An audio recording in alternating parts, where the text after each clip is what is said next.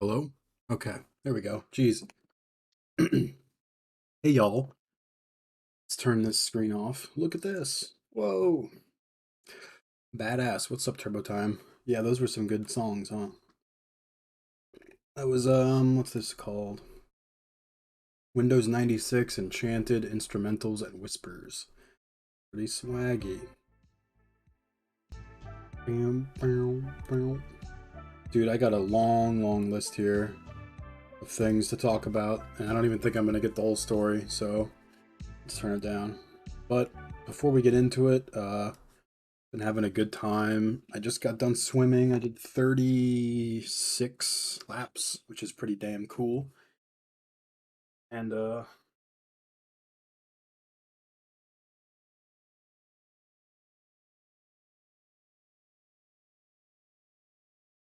but it's got me feeling good, and I feel like I want to talk a bunch before I do Dead Space, so I'll be nice and worn out by the time the stream starts. Which I plan to do at 5, so this could take about an hour or so. And then I'm gonna take a break and start up again at 5. And assuming that all works out, I'm excited we get to play that. So I'm just gonna get into it. This will be uploaded to YouTube. So just keep that in mind. And let's just check this out real quick.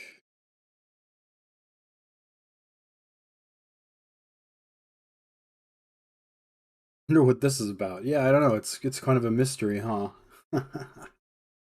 So, okay. So this is gonna be, yeah, like I said, it's gonna be uploaded to YouTube, so the whole thing will be there. I think this is gonna be part one of two. I'm kind of splitting it between the two jobs I had. And this, as the title says, is about my story in Yosemite. So I spent, if you knew me, you knew that, if you knew me back then a year ago, you knew that I just randomly decided to go to the forest for about 6 months and just lived up there. And there was a lot of stuff, and a lot of people have asked me, or some people haven't asked me, and I'm sure they want to know. So I'm going to put it here, and hopefully, if anyone's interested, they can listen and kind of hear about what it was about and what I did there, and if it was cool or not, or if I liked it. Because I kind of just came back, and then I got back into the swing of things, and some people I got to tell, but like some of you guys, I didn't get to see one on one and really talk about it in length. So I'm just going to get going. I'm going to try to keep it coherent. Definitely feel free to chat, and if I have a second, I'll answer the questions. It's not like I have a long book written here, and you're not going to throw me off. But I just don't want to lose what I'm talking about. So don't worry, just proceed as normal. So I got it all written down, and the first thing I wanted to start talking about is how I even learned about the job in Yosemite. So no, the biggest advantage of this thing and disadvantage of this job is not many people knew it existed. It's like kind of on the down low, and you think they would have better advertising, like, "Hey, come work in this beautiful national park that people pay hundreds or thousands of dollars to stay at and drive to, and you can live here," and it's like all this wonderful stuff, and nobody knows that there's like very few amount of people that actually know you could do that. Because I mean, most people just assume it's like some kind of insider thing, and you can't just show up and apply or whatever. So this all started last year in about, I would say, actually it was 2 years ago because it was before New Year's. So this was 2021 in about November. I was working at this chicken wing place here in town, and it was not the best job, but it was my first job after COVID where I was actually out and about. We still had to all wear masks, which is just hell in the kitchen. Like you're out of breath all the time, pushing, food around and going fast. And I was getting back in shape because of I was just sitting around all day during the lockdown. But I was at this chicken wing place, and so my job was basically to fry up the food as fast as possible, fulfill the tickets, sauce the wings up, put them on a plate, and ring the bell. And that's what I did every day for like part-time hours. I wanted full-time, but that's a whole other story. But it was okay. It's just that there were a lot of parts of the job I didn't like. Like you had to clean the bathrooms, and every night we'd go out and bring trash out to the dumpster. But that's just what you have to do with a restaurant. So it's a hard job. So definitely, if you've never been in the restaurant industry, just stay out. It's hard. So anyways, so while I was there, I made some friends, mostly with the other cooks. There were some cool people there. We would hang out, and like after work, right down the way, there was this liquor store, probably one of the most dangerous liquor stores in Stockton. But we would go there after work and grab like a tall guy or tall boy of beer. So I'd probably get like the Heineken or the Sapporo or whatever hipster shit I was on. So I was out there, and one of the waiters who I was pretty cool with, his name was Cameron. And I'm gonna be certain people I'll say their names, certain people I won't. Like if I have bad things to say about people, I'm not gonna say their names. And if you guys want to know and you know me and you want to ask me in real life, I can tell you. But as far as me putting this on the air, if I have nothing bad to say about people, I won't try to use their name. But anyways, um, so Cameron was a waiter that worked there, and he seemed like a really chill dude. He just showed up and worked a bunch, didn't care. Had a nice car for his age. Had like a big backpack he took around everywhere. So the backpack was like, oh, that's new. You don't usually see people bringing like a big like nature backpack. That's what it was, like an REI red and like strappy backpack with like a water bottle on it and stuff. It's like, oh, that's cool. So that caught my attention as I'm cooking. I got nothing else to look at. And so one day I was just talking to him out in the parking lot, like I said, with our tall boys of beer. And I was like, oh, like, he would talk about, or he talked to me at work actually for the first time about it. He's like, oh yeah, my old job, I only worked usually like minimum wage, but the tips were crazy. So, or they, he told me stories about how he had trouble getting paid. So his coworkers helped him out. And I was like, that's cool. Where was that? And he's like, oh, it was this national park job in Yosemite. And I was like, huh? And it catches your interest. And he's like, yeah, I worked my way up from a busboy to a dishwasher to eventually a bartender. And lo and behold, I was making like $200 a day in tips, and I could just live there for next to no money per week. I was like, holy shit, that sounds great. So all I heard was this guy was making $200 a day, and he was paying what he told me was $10 a week for rent, and that's pretty much true, the rent part. But for some reason, I thought I'd just instantly be making tips, so I was just going to rake in the money. But not exactly, but I was super interested in that. I didn't act on it immediately, but I was like, wow, that's really cool. I should think about that. So I spent my tenure at Smitty's for a little while left, the chicken wing place, and probably for another month or so. And then one day I just was like, this job isn't for me. And I was still on my probation, so I just got up and left. Which, don't do that. That's the last time I'm ever going to do that. But, legally I'm allowed to, but it's just like super unethical unless they're like dicks to you. And those people, the owners were nice. So it's just that one day one of the people snapped at me or something. I was like, I'm done with this, and I'm sick of the trash and blah, blah, blah. And I was still all kind of messed up in the head from lockdown, very like me centered. So I just dipped out, and like that was my last day. And then I thought about what Cameron had told me. So then I went on to do a UPS job for a month. That was great. But basically, after that, I went into the website that he told me about. So the company that owns Yosemite, or at least they own the bid for the park, which means they are able to provide the jobs there because it's kind of a public zone. So the way the jobs work is pretty interesting. We'll get into that. But the company's name is Aramark, which is like A-R-A Mark, M-A-R-K. And they are a linen and clothing and rug company, but they employ a lot of restaurant employees. So they do both.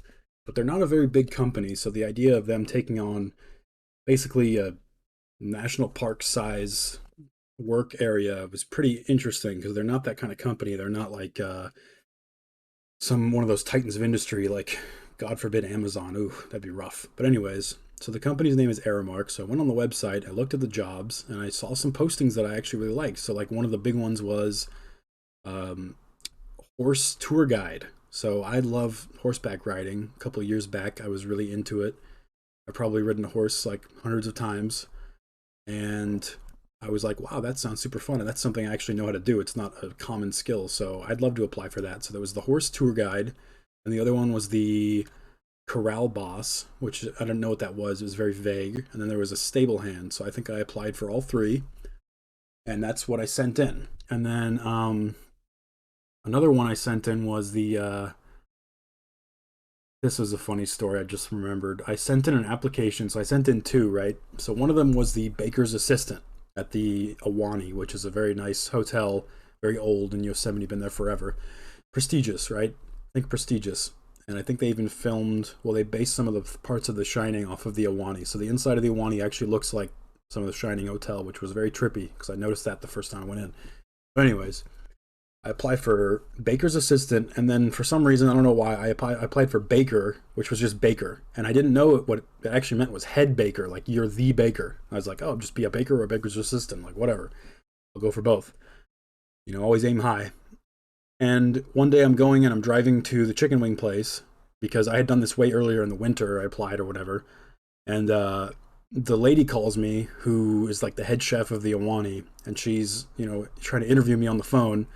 And the first time I call her, I'm like, oh, I'm about to go to work. Can I call you back? And she gets really pissed off. I'm like, well, I can't do anything. I'm about to go to work. So a bad time to call. She's like, yeah, fine. And then a couple days later, I totally forget. And I'm driving and I'm doing some urgent errand I have to do. I have to go grab something for somebody and bring it back really fast. And then she calls me again right as I'm pulling up to the place I have to go get the thing at. So she calls me again, and then again I tell her off. I'm like, oh, actually, I'm really busy and I have this important errand. And she's like, really? And I'm like, yeah. She's like, oh my god, and she hangs up. And then finally, I think I call her at my house like that night or something, and I'm doing the phone interview, and she's like, okay, this is for. I didn't know what position it was for because remember I applied for two different ones, so I'm talking to her on the phone, and I'm like, oh, yeah, okay, like what's this about? And she's like, oh, well, we want you to work here. Like we like your application. It seems like you have some kitchen experience, but she's like, I want to know what's like your baking experience. Like, well, how experienced are you with baking? I was like, oh, I like to like bake at home. I bake stuff and took home economics in high school. My mom taught me lots of baking stuff. Like I'm trying to be modest, but say that I know more than the average bear, right? And I'm not bragging, but I'm trying to purport that I know a little bit more. And then she's like, huh. And she's like, do you know how to make a puff pastry? Which is like this technique of spacing out air between pastry to give it like room to fill it in with. And I don't know how to do that. So I was like, oh, not really. No. She's like, huh. It's like, look, what I'm hearing here is you have pretty basic baking knowledge. And then she hits me with the bomb. She's like, we kind of want the head baker of the Awani to have a little bit more baking experience than just home economics and high school and this and that. I'm like, oh my God. I was like, oh geez, I thought you were interviewing me for the baking assistant. So this whole time she thinks that I'm some idiot that called in and wants to be the head baker of this esteemed place. And she is forced to interview me. And I'm like, yeah, I baked in high school. I know how to do this. I'm like, no, I don't know what a puff pastry is, but like, I'm going to get hired, right? And she's like, oh my God. So she was not very happy. And I was like, oh my God, I'm so sorry. And I was like, anyways, can you like hold my application? Because I kind of want to come there in the spring. I'm already still asking her for stuff. Like I deserve it. Like I'd actually contributed anything besides show that I'm super underqualified. I'm like, can you hold my application? Because I want to come by in the spring. She's like, well, why don't you just call in February and then you can come by in spring. I was like, oh, okay. So fast forward, I did my UPS job. It's February.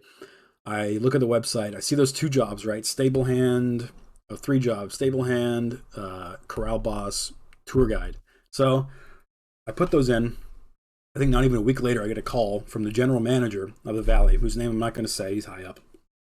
But this guy basically runs all the operations of the most popular area of the park, which is the Valley that everybody goes to. It's flat. There's like 3 hotels there, a bunch of places to eat. That's where all the workers live that work there. So he gives me the lowdown. He says, look, we're really interested in having you for any of those horse jobs you applied for, but we're super understaffed. He's like, would you like to come here maybe a week or a month early to come in like late March? And then you can work until late April when the stables open up. That's what I was sold. So come in March, move on to the real job in late April, right? Just a month. So that's how I'm thinking of it in my head. Okay, just a month of a job I didn't ask for. And then I said, well, okay, yeah, why don't I get up there? Because I don't have plans to do anything at home for the month of. So I'm like, okay, sure. And then I'm like, well, what jobs do you want me to come do early? Because apparently they're super understaffed and they need the help. That's what he told me. So I'm like, okay, what can I help out with? And he says, okay, so here's the list of jobs. There's housekeeping, which to me at first sounded like a nightmare, like, changing towels every day, cleaning this and that. I'm like, ooh. We have housekeeping, we have maintenance jobs, we have custodial jobs, we have customer service / retail jobs. So far, none of these sound good to me. I'm like, ooh, I'm not good enough to be a mechanic. That's what I thought. I don't want to do housekeeping. I know retail's a nightmare. And custodial just sounds filthy. And he's like, the last one is kitchen jobs. And so there's that old saying, it's better the devil you know than the devil you don't, right? So I just got done doing 2 or 3 kitchen jobs in previous time, and I didn't like it. I thought to myself before I applied for this job, I never want to do kitchen stuff again. But here I am looking at it, and I'm like, I probably should pick that because I actually know what I'm doing, and I'm not going to get stressed. So I'll pick the kitchen job. So that's going to set me up for something later that we're going to talk about. But that's what I went in with. I told him I'll do the kitchen job, and he said, okay. So I got it because it's really easy to get. That's what nobody tells you. These are like entry level jobs. He's like, they are minimum wage. And I was like, oh, and he's like, but keep in mind, this is how they sell you. Keep in mind, you are paying next to nothing for rent. So it is a good way to save money. I'm like, okay, whatever. I'm doing it for the experience, right? I'm thinking it's going to be some easy job. I'm going to cook hot dogs for tourists or whatever. It's going to be fun, like a summer job, right? Huh. We'll get to that. So we organized for me to come up in late March. So I drive up the last day of March because all that month it was snowing in Yosemite. I didn't want to drive up in the snow. So I waited till it's thawed out. And like the 31st of March is the first day I get there into the park. So my parents came with me, bless their souls, to help me move in. And I go see what I'm actually going to live in. So I just lied to you. Sorry. So I actually did a little reconnaissance mission with my dad. Me and him went up there a week before I was going to move, and we looked around in all the areas to see what kind of living conditions it was, to see if I actually wanted to do this. So we go to the park. We drive in. There's like nobody there because it's like middle of March. It's super cold. No one goes there when it's snowing. And I'm looking around, and we park near this place where it looks like there's lots of tents, and that's kind of how they described my living situation to me. So I'm like, that might be it. So here I go, we park, and I go sneak through the woods around the back side, and I walk into this area of all these little tents, and I'm like, oh, this is kind of cute. They're bigger than I thought. They're like 15 feet by 15 feet. Pretty spacious, and the bottom is a hardwood floor, foundation built in, and then heavy canvas on top. So it's like a tent cabin, they call it. And so what I do is I take my phone, I lift one of the outer flaps for ventilation, and I stick my phone with the camera on toward the inside of the tent. I start taking pictures, a little video. It's because you can't peek in. The door's locked. There's no way to look in. So that's the only way I could figure out what was in. So I had like a little stereo or a little submarine telescope coming out of the water, but I was doing that in the tent. I look at the pictures and it's pretty spacious. There's like a cabinet, a bed, this and that. So pretty cool, right? So I look at that. That's my reconnaissance. I decide I want to do it. So fast forward a week later. It's the 31st of March. We're moving in, and it's the same tent area that I went to. So I was like, oh, cool. So we get there, and the layout of this area to kind of set the stage, this was called the Huff tent area. It's like the place for the very new people who are just showing up, and that's me. So you get to the parking lot for all the residents with cars. Let's say only 20% of the people who came have a car. The rest of people just walk or bike or skateboard or whatever, take the shuttle. But I brought my car, so we park in the employee area. I signed in. They gave me a key. They showed me the layout. So there's the parking lot, and there's this large community building. When I say large, it's probably 100 feet long, 20 feet wide. It's like a wide looking, like portable building. And there's a few rooms in it. So there's the community kitchen, which is not very big. It's probably 20 feet by 15 feet. Think of the size of like a kitchen in a dormitory or something, like, I don't know, an office kitchen. Yeah. So that's there. There's only one fridge. And so at first it's not a big deal because there's not many people living there. The parking lot was like dead empty. And there's the kitchen. Next to that are the bathrooms, which I actually checked out. They were really nice. There was like individual bathrooms. You had to use a code to get in, so not anybody could go use it. And then the last one was a laundry room. So that's pretty cool. And then you look out past that building and there's like rows and rows of tents. There's got to be like 100 or 200 tents just sprawled out in like these twisting patterns. They're not all grid-like because grid-like is creepy. One of the places is grid-like, like one of the neighborhoods. It's like a grid of tents. That shit's creepy. I do not like it. It reminds me of history class. Like, anyways. So I'm actually lucky because I am like the first tent in the far left corner from the community center or not the community center, but the kitchen building, right? So I'm extremely close to the bathrooms, the kitchen. I gotta walk like 5 feet. I'm thinking, okay, if I ever have to go to the bathroom, I'll just walk 5 feet and go into this, empty bathroom. And next to the kitchen, there was like more bathrooms, like the public ones. Well, you still needed a gate code, but those had showers and bathrooms. They were really nice for like public stuff. Probably some of the best public ones I've seen. I say public, I mean like outdoor, all that crap. So pretty interesting layout. And the next thing I notice is as I'm moving in, there's a guy next to his truck. He's just got this big white pickup truck, and the back's open. He's sitting on the back. He's like smoking a cigarette. There's just a bunch of crap in the back of it. It seems like he just showed up too. So I went and said hi to him. He has like a cowboy hat, long hair. So I've been debating if I should say this person's name because they're going to be a big part of the story, but we'll call them Traveler because that was their nickname. Everybody who's bounced from park to park gets these nicknames. So he's come from a lot of different parks. So his name is Traveler. So I met him, and then I told him what tent I was going to be in, which is number 50. 52 or 56. One of those numbers was my tent. So if you ever go over there, you can come look at the tent. I'm not there anymore. But he's like, oh, that's cool. That's my tent. So he didn't even know he's going to get a roommate. So I was like, oh, crap. I was like, well, can I move in? He's like, sure. So he goes in there. He clears some stuff off the bed because I think he was using mine for extra storage, whatever. And then I get to meet him. I mean, I talk to Traveler and this and that. He tells me kind of his story, how he bounced from, he's from Florida and he's gone through every national park pretty much from Florida to here. So he just came from one in Utah that I can't remember the name of, and then Death Valley, and then up to here. So pretty interesting. I got to know him, and he was my roommate. So we kind of did everything together because he moved in like the week before me, or maybe a few days before.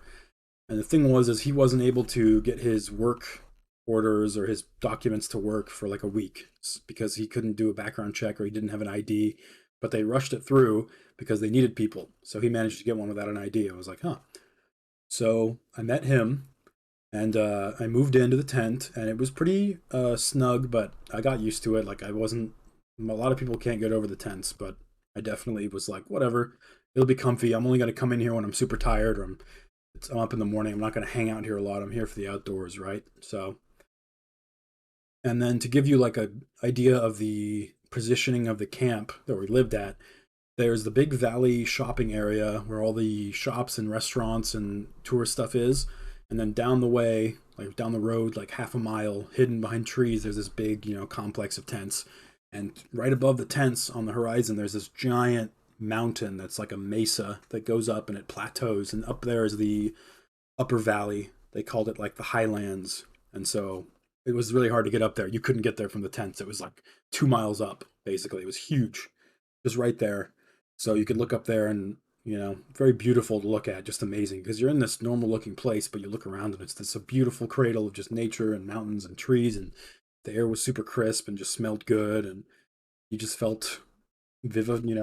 I don't know, the word for full of life. But very cool place. I settled in pretty easily.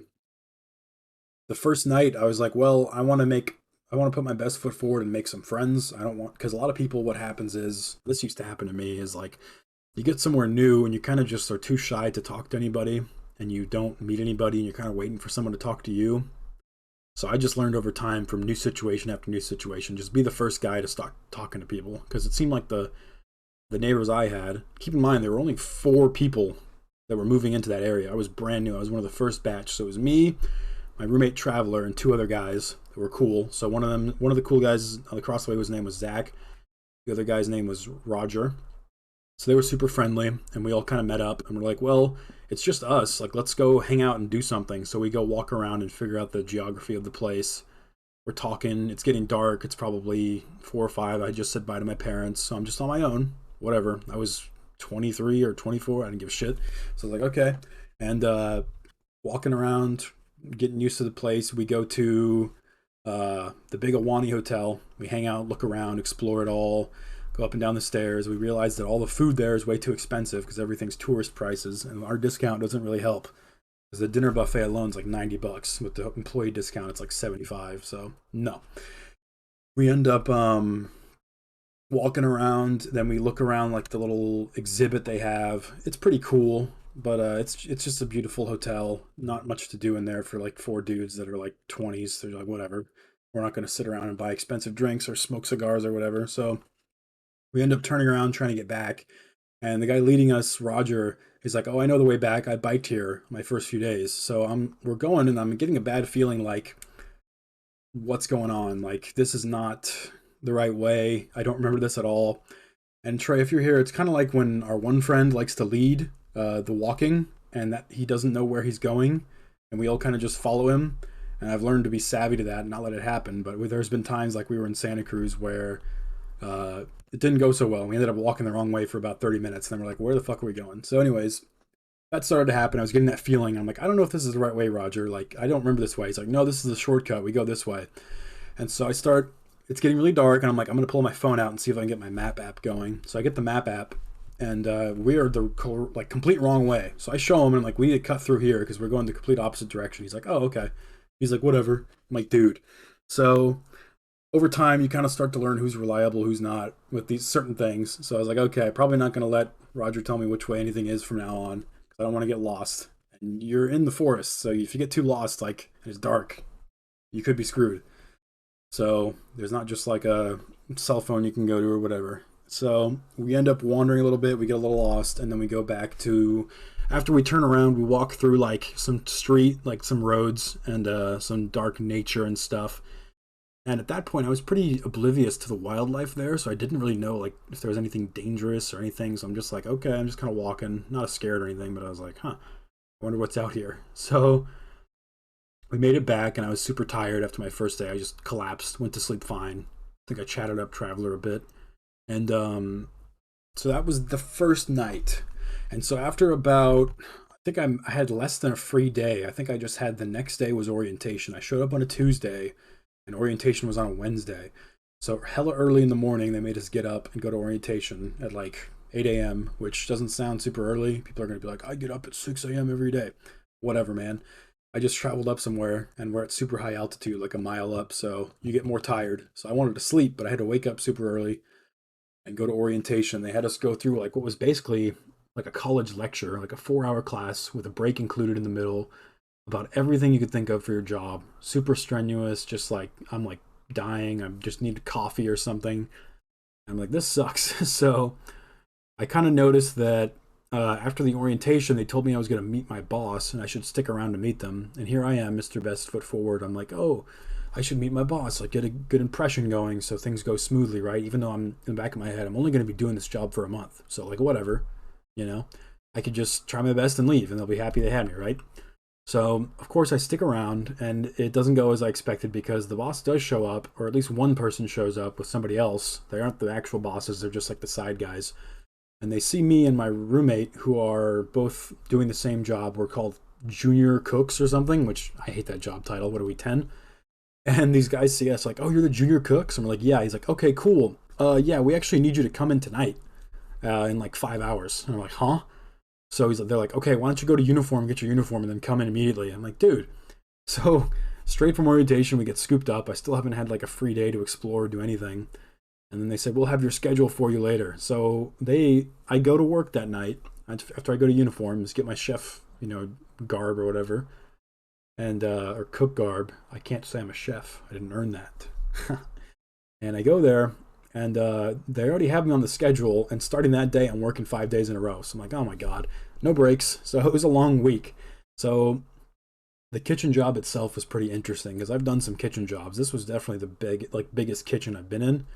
But it was interesting because I get there and they show me the head chef himself, who I'm going to call him Chef C. Can you tell who the villains of the story are going to be based on who's being called what? I hope not. But Chef C, he says, what's up? And he says, you're the new guys, right? And it's me and my roommate Traveler. And we're in the kitchen and he gives us a 30-minute tour. Here's this, here's this, here's this. I try to remember everything. I kind of know what stuff does already. And then he says, okay, now go to work and just ask your coworkers what you need to do. And that's pretty much the status quo, where I get to work and I didn't get any instructions about what I'm doing, what my job is. I'm like, what do I do? So the coworkers tell me, well, you're the new guys, so you're basically doing the grunt work, which is preparing pre-made meals pretty much most of your shift. And oh my God. So first of all, shout out to the coworkers, my other cooks, because they were one of the best reasons I stayed there. If I didn't have nice coworkers, I probably would have left, and then their story would have ended here. Because the work taught me a lot. It wasn't the work itself, but it was the environment and the way people acted. So one funny story is they don't know what to do with me because I'm new and I'm a go-getter and I've done kitchen jobs. I know what I'm doing. I can work fast. I want to get things done. But it seemed like they kind of just wanted, the chefs wanted to just shelf me and they didn't know what to do with me. So it's like the longer I take, they don't care. As long as I'm busy, I'm not bugging them, right? I don't thrive in work environments like that. I want to help and do things. So I get done with my prepping, which is like egg salad or eggs and eggs and eggs and eggs. And like, they're like, oh, you're done with that? Okay, great. So they said, you're going to be marinating chicken.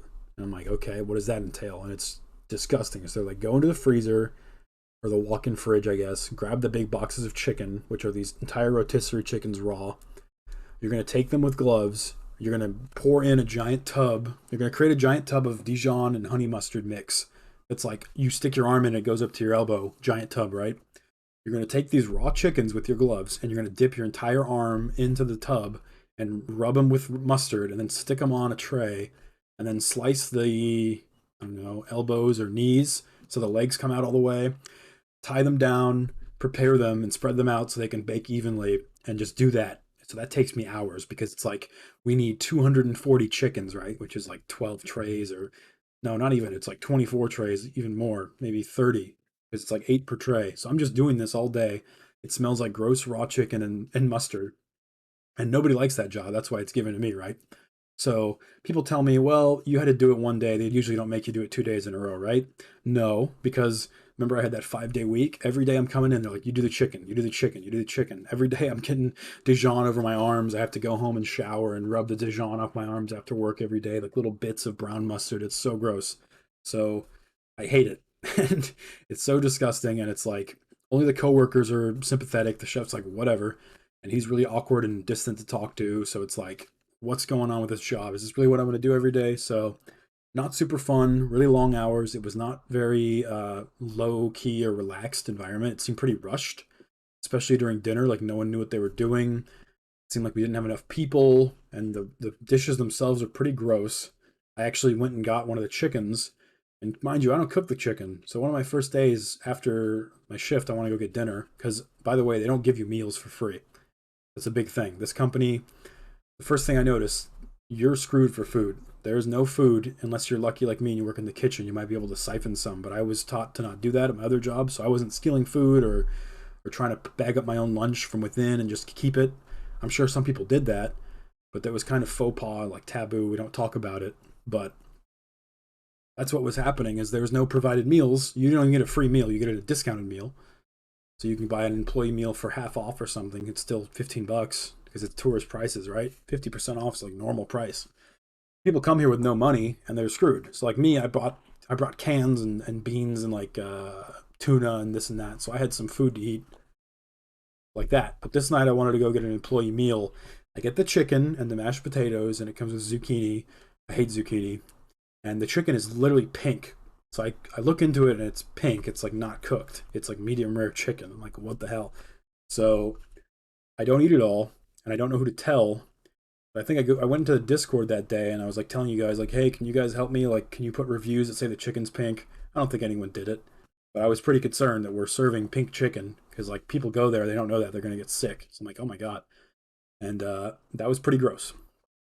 And as life went on in the kitchen, as the weeks rolled by, I kind of noticed that a lot of the workers there were just like, oh, I would tell them like, what's up with this? Like something like, oh, this happens. Like we never get this, or this never seems to get done. And everybody's response that had been there for a long time is, oh, you get used to it. You get used to it. You get used to it. So it takes a certain kind of person to just roll their eyes and say you get used to it. And it turns out that this sort of job and this sort of environment was a breeding ground for people with that kind of personality. They just say you get used to it. It means I don't care. I got over it. I don't ask those kinds of questions anymore. I have no ambition to change things. So those were all the coworkers of mine. So you can imagine how different the power balance was with management and the workers, and we'll get into that later because it was very interesting.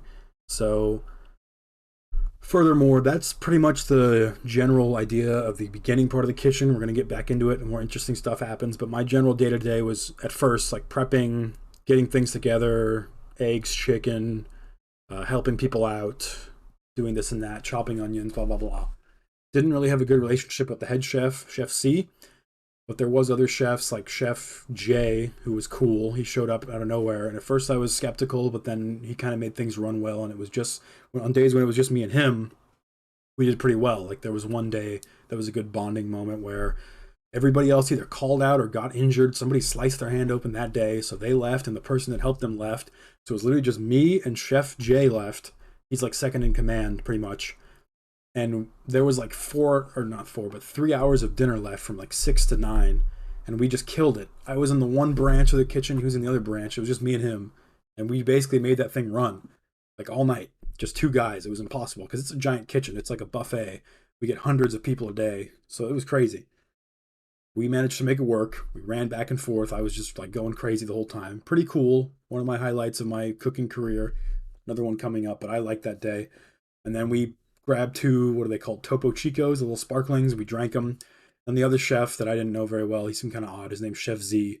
We'll talk about him later. But he just pulled up at the end with his truck after the shift, and we all hung out in the loading bay where the trucks come in and drank there. And he was like, "You didn't get me one?" And I was like, "Well, shift workers only. Like, you weren't here today, so basically, no, you don't get a Topo Chico. What did you do?" So I don't know. But that was a good day.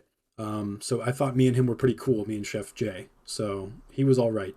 He seemed like the nice one to work with. He understood it's about the work. It's not about this petty bullshit of blah blah blah, like the Chef C was, pushing.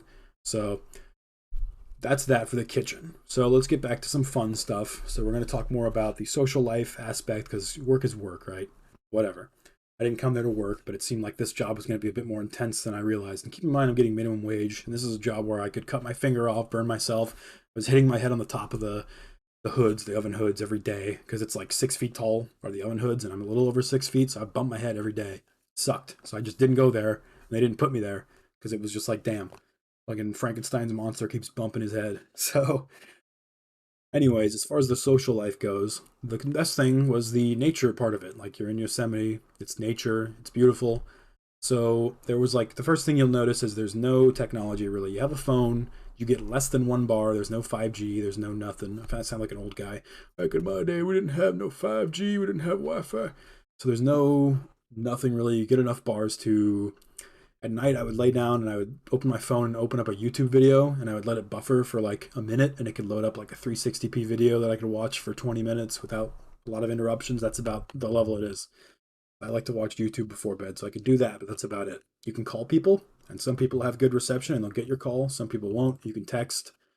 That's about it. So there was the community, or the gym. I think it's the rec center they called it. So the rec center had some Wi-Fi, but I didn't know that for like a month. I wasn't really using my phone that much. It was great. So I got really used to just no technology. I took a lot of pictures with my phone. I listened to music that I downloaded, and that's about it. It's like on the way to work and stuff. And I would just hang out in nature on my days off. I think my first days off, I went off and explored. I tried to meet up with some friends and try to like work, or not work, hike, do things like that. So that was super fun. And just living in the nature and making friends, and everybody's there together. But in the first few weeks, there weren't a lot of people, so it was just mostly me, Traveler, Roger, and Zach. So we would hang out and get into trouble. They would stay up super late, and they would hang out with the people who had been there already that are in the different areas, like the long-term people that have been there for years, or returning people that have tenure, because that's how it kind of works, your seniority. You roll over every 6 months. If you come back, you can keep your seniority and you get better housing, yada yada. So those long timers were there, and they would come into ours, swoop down into our kitchen because nobody was using it. There's like an extra kitchen for them.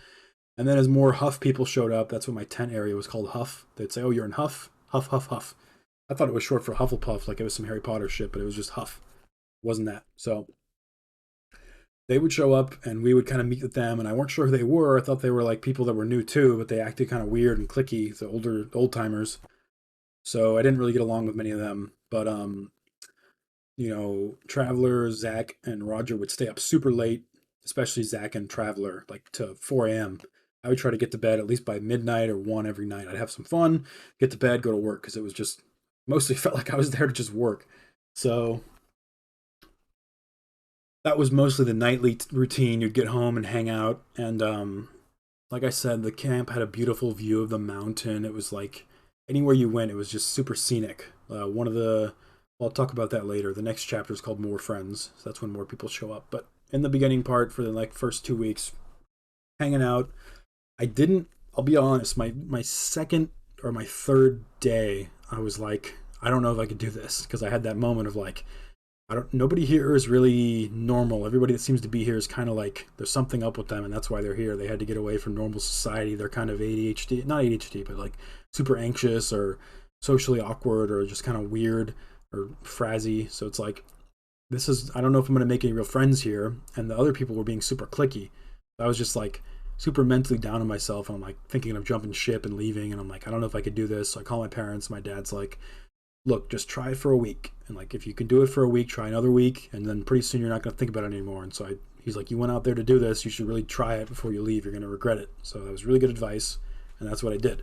So I just didn't think about it for a week, and the weeks bled into more weeks, and things went on. So I'm glad I decided to listen because that was really good advice. And yeah, I mean, so yeah, the next point I have written here was the altitude was really rough. So keep in mind we're like a mile up. So altitude's funny where when you're at a high altitude, like you don't immediately notice that it's different, but when you start moving a little too fast and start speed walking, it's like I couldn't even speed walk for like more than a minute at first before getting a little out of breath. And keep in mind, this was post COVID. I was not in good shape at all when I went up there. So I was like, I got to take it slow.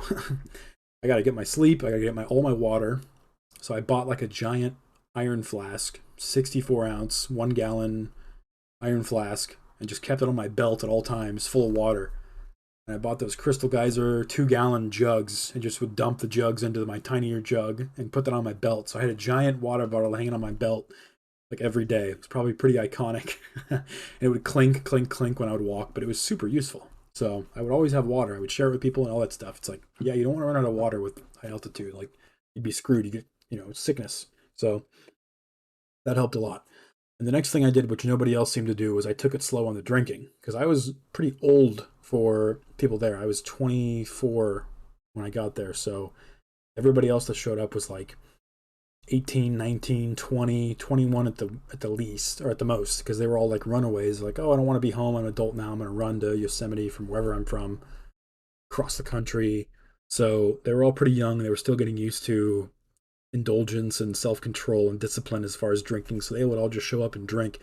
And you get drunk way faster at high altitude because your blood is way thinner because you're higher up. So the alcohol just hits you straight. It's like one shot, you'll probably be extra buzz. It's probably 1 to 3 ratio at high altitude. So people drink what they think is normal and they're just like sick. So I took it slow with that for sure.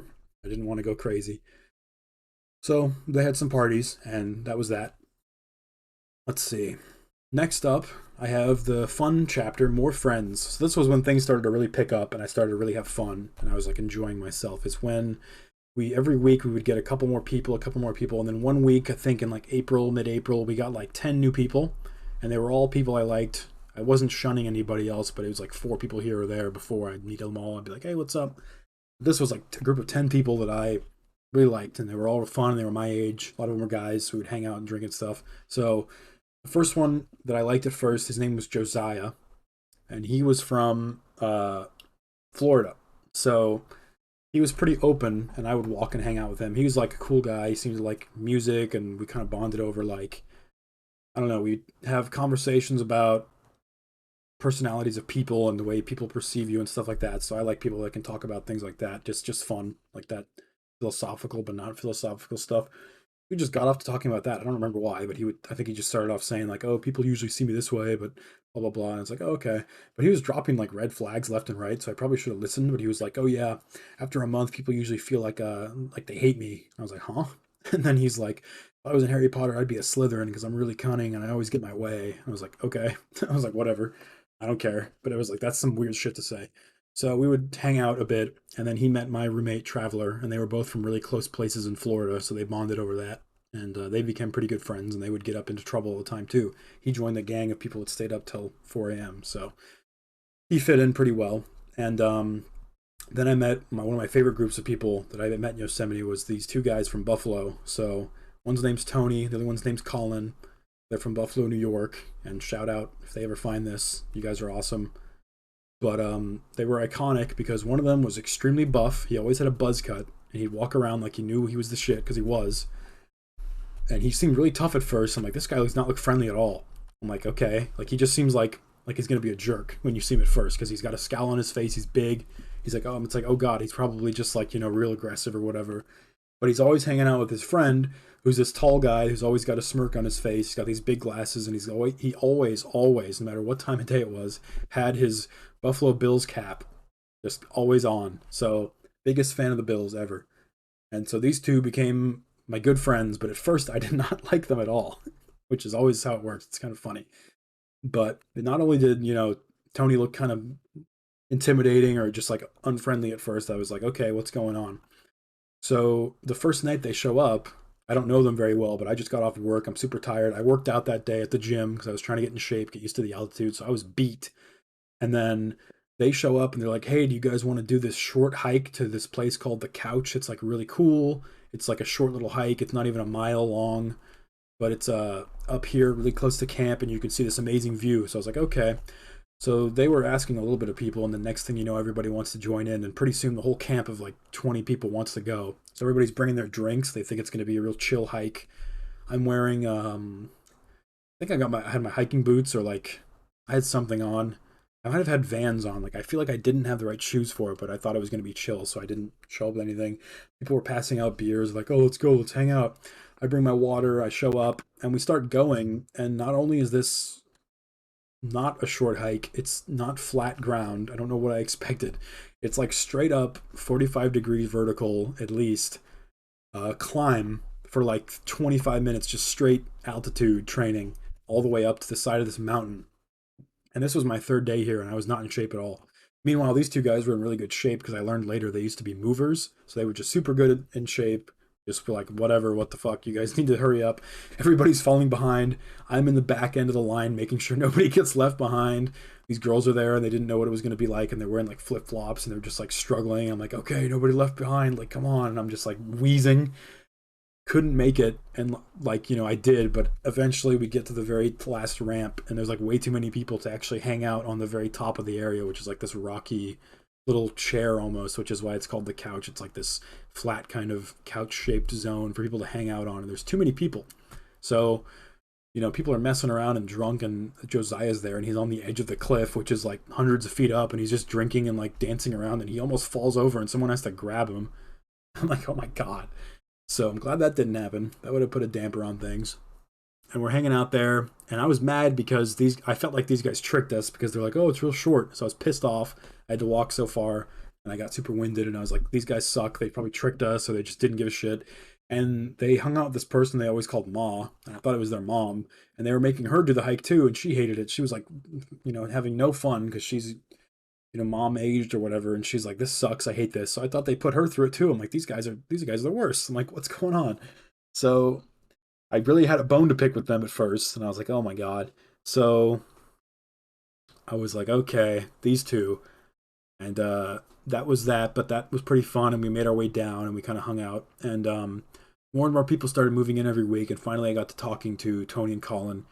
And at first it was like, "Oh, what's up? Like, how you doing?" And then we kind of talked about each other, and I was skeptical at first, and then the Tony was pretty quiet at first, I think, and they talked about where they were from, and they actually ended up telling me their reason for coming was that one of their best friends lived at the park and worked there, and he passed away from like a tragic like hiking accident. Like, so they flew in all the way from Buffalo. They saved up and they came to Yosemite, kind of live where he lived and honor him and like hang out where he was, and kind of just do it as like a form of remembrance and stuff.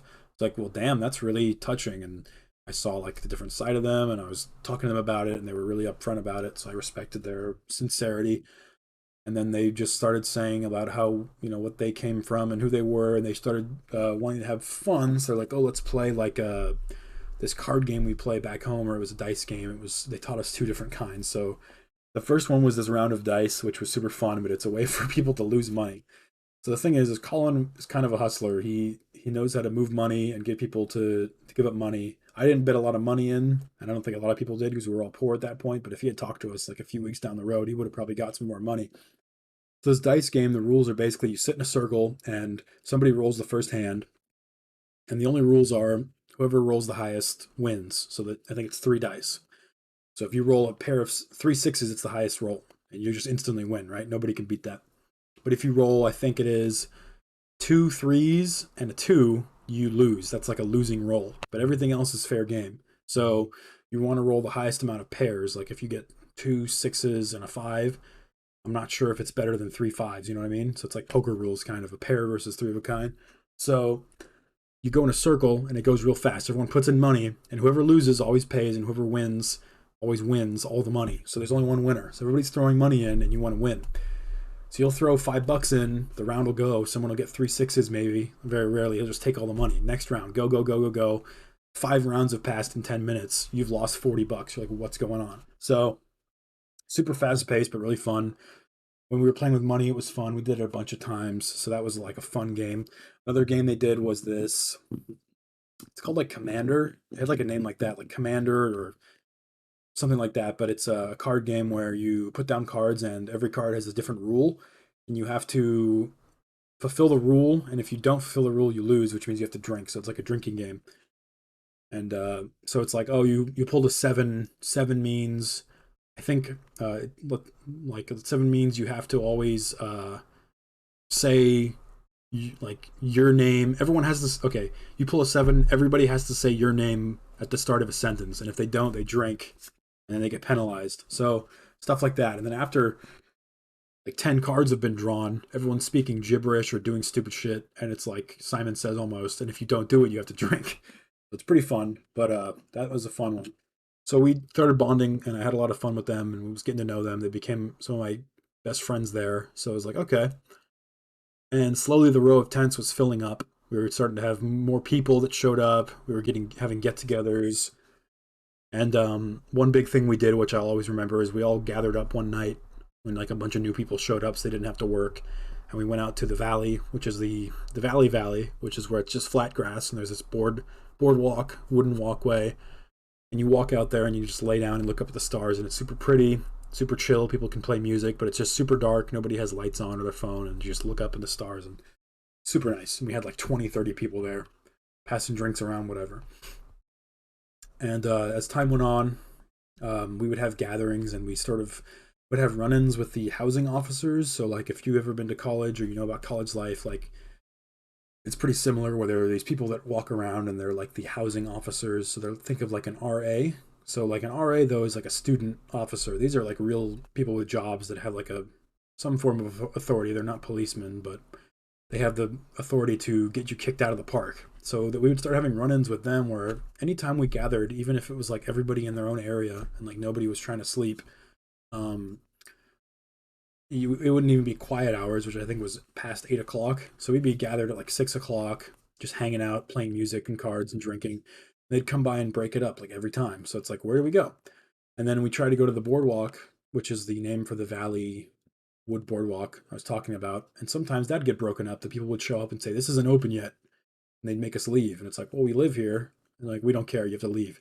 So we're thinking, where are we going to get together? Like, what are we going to do to actually congregate? We need somewhere to go. So that begins the new arc. And this is a big one. So this is called the community center arc. And this was one of the things I was most proud of, even if it didn't go exactly how I wanted to, but this was a good arc. So let me get a big sip of water. How's it going so far? Anybody digging this story?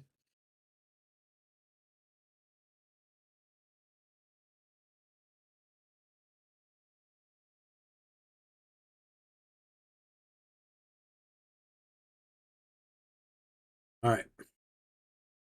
So the community center. So this was a big one. So there's this abandoned building that I didn't pay much mind to because it was never open, but I'm on one end of the tent row by the kitchen and bathrooms, right?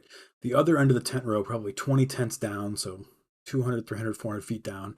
Um, there's this bigger building. It's probably twice the size of the kitchens. It's like a box shape instead of a rectangle. And it's just closed down, and it's this big building. And I always thought it was like just a shed or some kind of like I don't even know, a worker area, but no one ever paid mind to it because nobody knows the lore because everybody's new here. I'm like one of the oldest people here. I've been there for a month. So I'm looking at this building and I get to talking to some of the older guys that have been there, and they said like, oh, that's the abandoned community center. That's where we used to hang out, but it's been shut down for 2 years since 2019 and nobody goes there anymore. And I'm like thinking, well, why not? And they're like, well, they closed it off since like a snowstorm hit it and they just haven't opened it up since. So I was like, huh. So I'm thinking in my head, and I'm thinking of that community center, right? And I'm thinking of how we have this problem where none of us can get together. And I'm like, well, what if I just did it myself and I just got people together, and as a team we fixed it up and we made it a new place for us to hang out with. So what we need, it would fix everybody's problems. So like I said, the housing officers were breaking up large gatherings, no matter what time it was. So I'm like, this could be the perfect solution. So I was like, let's do a social project. And so I called out of work that day, and I made a plan with my friends. So I got Traveler, I got Zach, I got Tony, Colin, and my friend Adrian, who had just showed up. really funny guy. He was pretty new, but he had just showed up there, and I believe he came to help out. Yeah, he was definitely there because he was there for the aftermath. So um, we all got together, and it was about it's a normal weekday. Nobody had work except for me, so I called out, and we got cleaning supplies together. We asked certain people from their tents if they had like a broom, a dustpan, trash bags, gloves, all that stuff. So I got together some of my water. I got some trash bags that I brought. I brought my gloves, and we showed up there, and we found out the way in because one of my friends had gone ahead like scouted it out and noticed that one of the doors was just open. So we kept that door open and we just went in and we just cleaned it all up. We like swept, we dusted, we got rid of the cobwebs, we moved the furniture around, we cleaned everything like the walls. I was kind of trying to give people some jobs to do, make sure everyone was working. It was pretty fun. I don't usually do stuff like that, but it actually turned out pretty well. So for about 3 or 4 hours, we cleaned it. We worked ourselves to the bone, rearranged the furniture, figured out like, oh, there's a TV there. Like if somebody had like a Switch or a GameCube, we could bring it over and use it. So we're making all these plans, like, oh, we can do this or that. They had board games, they had books. It's like all this nice stuff, and it's like this is totally closed off when they're not letting us use it at all. And it looked fine. Like there was like if you look at an office, there's like those ceiling panels that you can take out, and there's like maybe the vents are up there. So like one of those was popped out, and that's it. It wasn't like the roof was caving in, and there was a suspicious like black little puddle, not a puddle, but like a dry splotch of what could have been mold, but it wasn't huge. So it's like, oh, we could just spray that, right? So the whole time we're doing this, we had to be careful not to get caught because we weren't sure how the officers were going to react if they saw us in there because it is technically closed down. So we kept pretty sneaky. We left in like shifts. We made sure the area was clear when we left. Pretty fun, kind of covert. And so when I left, when we were done, I went to go use the restroom, and I was hanging out by my tent and walking back. And I remember, I think Adrian came up to me and it was like, "Hey, Grant, like, I think it's Zach. Zach got caught leaving, and one of the housing officers grabbed him and is talking to him, and it's like he's in trouble." So I was like, "Oh God, I got to go." So I ran off to go see what was going on. Wanted to make sure we weren't going to get busted. And Zach had left, but I walked into the community center and had like this movie scene showdown with the officer. So I walk in, and there's the officer. We'll call him Officer E because this is a real person with a real job, and he still works there. And the story will lead one way and go the other. So I get in there, and it's just me and him. I'm in one entrance, and he had walked in the other way. So he's on the complete end of this long building, but we both see each other. The sun's coming in. It's super clean in there. You can see the dust everywhere. He's like checking out the cleanliness with his finger. It's like some real like Inglorious Bastard shit. And he's standing there, and he's like, "Huh." It's like, "I see you clean this place up." He's like, "How long did this take you guys?" And I was like, "Oh, a few hours." He's like, "Well, you really did a good job, but I'm sorry to tell you this is like closed off." And I'm like, "Oh." And so I'm thinking, well, why is it closed off? Because it looks fine to me. So I ask him, like, well, why is it closed off? And he's like, "Oh, there was a snowstorm and it's been condemned." And I'm thinking, like, so what? That's what I'm thinking to myself. This place is super clean now. It looks livable. There's that panel that fell down. The roof's intact. I've seen the whole thing from the outside. And so he says, "Don't come back around here. Sorry you guys put so much effort into this, but you need to go." And I'm thinking, huh. So it was this like showdown kind of meeting of the minds, the two factions. And so I leave there and I'm going back to my tent. We all kind of had like a defeat rendezvous at my tent area. Whoa, what did I just do? I went to the bottom. I'll press that button. And I'm sitting in front of my tent with my lawn chair. I'm just kind of stewing, thinking. And my friend Colin's there and he's like, "Never seen you this way where you've been so like frustrated." That I always remember that because it probably did look that way. I'm usually pretty happy. So I'm thinking, put all that work into it. I'm feeling like we got defeated and this is like the end of it and we just wasted our time. So, like I said, I was skeptical of it and I eventually decided this was too much work to waste. So, we're just going to get someone's mold spray. I talked to Josiah, whose job was housekeeping, and he found mold spray at his work. So he's like, "I'll give you mold spray tomorrow during my shift. You could just spray the area and it'll be gone, right? It's a little pool, no bigger than like if someone dropped their ice cream cone, right?" So I'm like, "Well, that's that." And I said, "I don't want to give up." So one thing I said is, "You know what? We're going to say screw it. We're going to come back tonight. We're going to go in there and we're going to just hang out there and sit in our achievements that we cleaned it up and hang out and play cards, drink, do whatever." So we go there, and that night we all meet up and we go in there. And we brought some other people that were new and told them about it. Like, hey, you want to come hang out here? And everyone's like, sure. Like, there's nowhere else to fucking hang out. Like, of course I want to go there. So we get some new guys, and it's pitch black. It's nighttime. We sneak in, and it's like totally dark, like I said. And so we're thinking, well, we need some light. So what are we gonna do? And so for some reason, this was where I made my mistake. We came to a consensus of, oh, let's put blankets and like boxes, like cardboard, cut up cardboard boxes over the windows so no one could see in. And we'll just turn the overhead lights on, the big lights in the building. And no one could see it, right? Because the windows are covered. So not a good idea. It would have been probably just smarter to cover the windows and use like a lantern or somebody's mobile light, just barely illuminated, right? Just chill in like a dimly lit area so nobody can see in. But we weren't that smart. So this is where it kind of started to fall apart. We hung around for about 45 minutes, played cards, people were smoking, just drinking, like listening to music, just chilling, actually having a place to congregate and hang out for once, which was awesome. It was huge. I could imagine 50 people in there comfortably, just all doing their own thing. There was a piano, there was like a ping pong table, books, board games, all this stuff, all these different tables. It's like we put it all back together, dining room. People could come eat there. It's like, dude, this would be perfect like if it just worked. But nope. They could see the lights, so we're playing cards, and somebody walks in we don't recognize, and it's a new housing officer, and he says to us, "What are you guys doing in here?" And then he said, "I heard you guys clean this place up, but you're not allowed in here." And he's talking to us. We're all like, "God damn it!" And then as we're talking, it's like straight from a movie. My friend Adrian like busts out of the bathroom and he says something like, "Man, it's really fucked up in there." Like he doesn't know the guy's there yet, and he looks around and he sees that we're talking to the housing officer, and like no one reacted to him, and he's like, "Oh." So stupid, but that situation. But I was like, "Oh my god." So the housing officer basically laid it out where he said, "Hey, if I see you guys in here again, you're gonna get arrested for trespassing." And I was like, "Oh my god."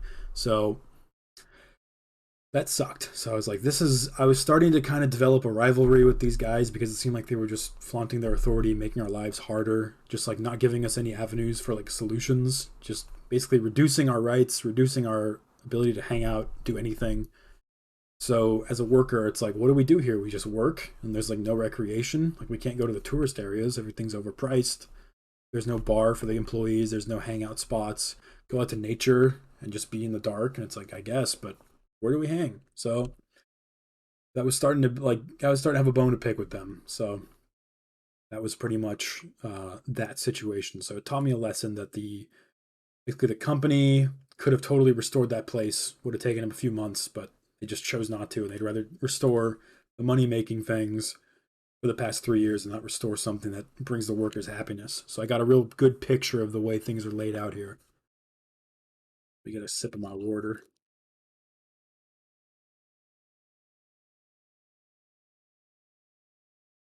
So that being that, it was a bonding experience. We had fun. We all remembered that. Showed us we were willing to do something. It brought us together, but didn't work out. But that's okay. Yeah, I'll always remember that because it was an honest attempt. This place taught me a lot about my own personal morality, where there was clearly laws in place or rules from these people. And I'd always thought I was kind of an establishment person, like, oh, the rules, the rules, the rules. And I get here and the rules aren't fair. They're bent against me, and I'm doing things that are outside the rules, but I'm doing them for my own personal code to try to help other people. And it really enforced that part of me that from like ages 19 to 23, I was super anti-authority. I didn't hate my bosses at work, but it's like I just hated being told what to do. I tried to just have my own work be my merit, and if anyone like steered me a certain way, I would get mad or resentful. It was very childish. So I developed that into more mature, like using my own code that I feel like helps people, not myself, and getting justification from that. So this was a big part of my life that was like, you can do things that are right by you that help people that aren't going to be part of the rules, and it still might not work out, but you can say at least you tried. So that was a lot of the situation in Yosemite, was learning about the factions and the company itself, which was this overruling thing we're going to get into that just was like super stilted toward them. The workers had little to no rights. We were told going in there, you don't have any rights till 60 days because the union doesn't cover you until you're off probation, which I learned was a big lie because it's like they do have coverage. You are covered for the first 60 days, but people are going around spreading lies purposefully to get you to work and obey. So, and be scared. It's like, is that a good place to work? Not really, in my opinion. So I started to see things for what they were. Let's say that.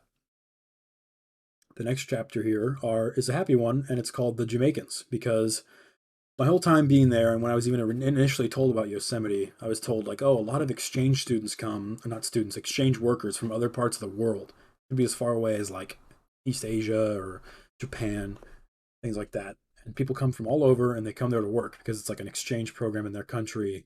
It's a national park. It's world famous, right?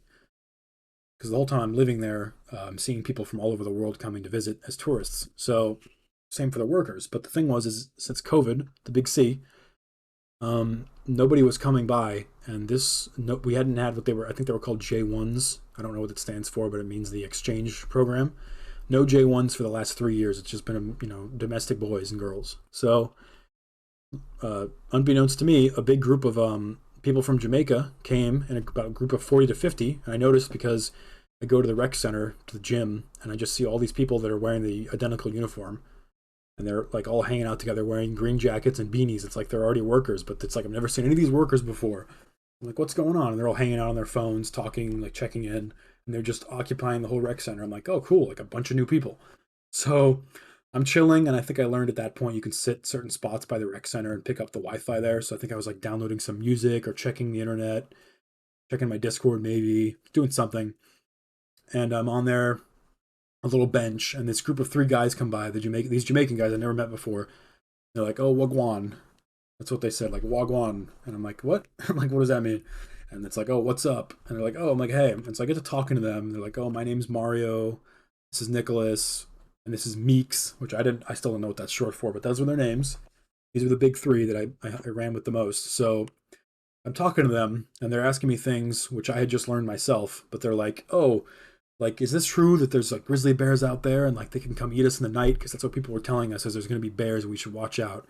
And I'm like, oh no, like, what I know is there's no grizzly bears here, nothing dangerous. The only thing you got to look out for is a mountain lion, but that's if you're a small child or a dog.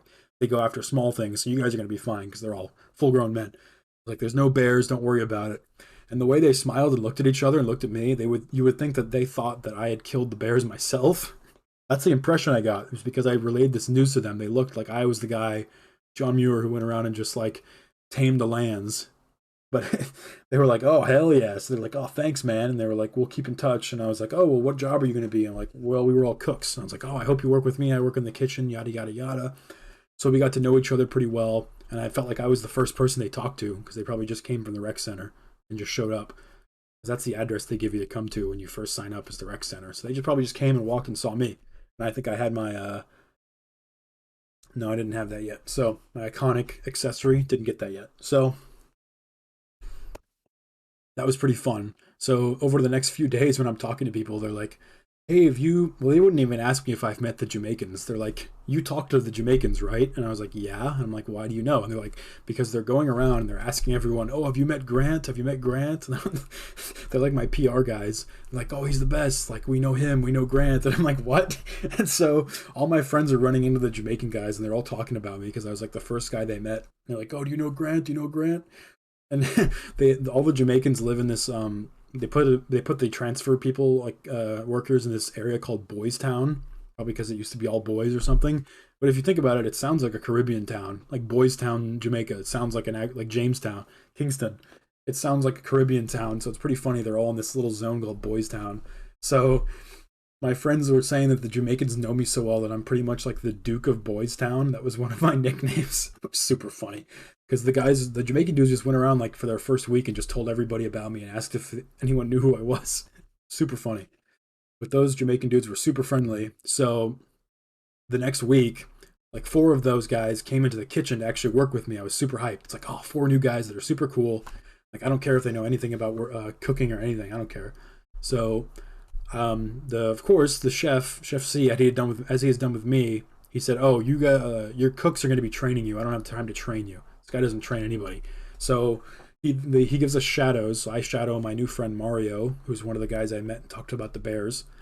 And so basically Mario shadows me and I show him how to work the pasta station. So I'm training somebody And I later learned that Mario is like super experienced. He knows exactly what he's doing. He even like would politely correct me on things like the order of which you store food, like meat goes on the bottom, vegetables on top, because the way the rising fumes work or whatever it is, the correct order. I still remember. But I was like, oh, you knew that. Because I'd be putting it on the trays on the racks. And he's like, are you sure it's that way? Are you sure it's not the other way, like in the nicest way possible? And I was like, huh. And then I look at the graph on the wall, and I was like, "Oh, you're right." And I was like, "Did you know that all along?" He's like, "Yeah." I'm like, "God damn it!" So this dude's like a super chef, and he's from like cruise ships, so he's probably going hardcore, cooking for everybody every day. That was his business before this. So I get to train him, and even still, that he knows all that, he still has to learn where everything is, and you got to learn the vocabulary and like all that. So I'm training him. Not only am I training somebody, but we're also having the busiest day of work ever. So this was my busiest day. So I worked on what was called the pasta station, which they would just start putting me on because the chef didn't want to see me anymore. So you're basically Subway style assembling a bowl of pasta. They're all the same. It's just like penne noodles with tomato sauce, parmesan, mozzarella. You're just putting them in bowls and throwing them in an oven. But you have to do about 8 per tray, and it takes some time. You got to preload them. And usually you have the entire area to yourself. It's you and your assistant, if you even have one.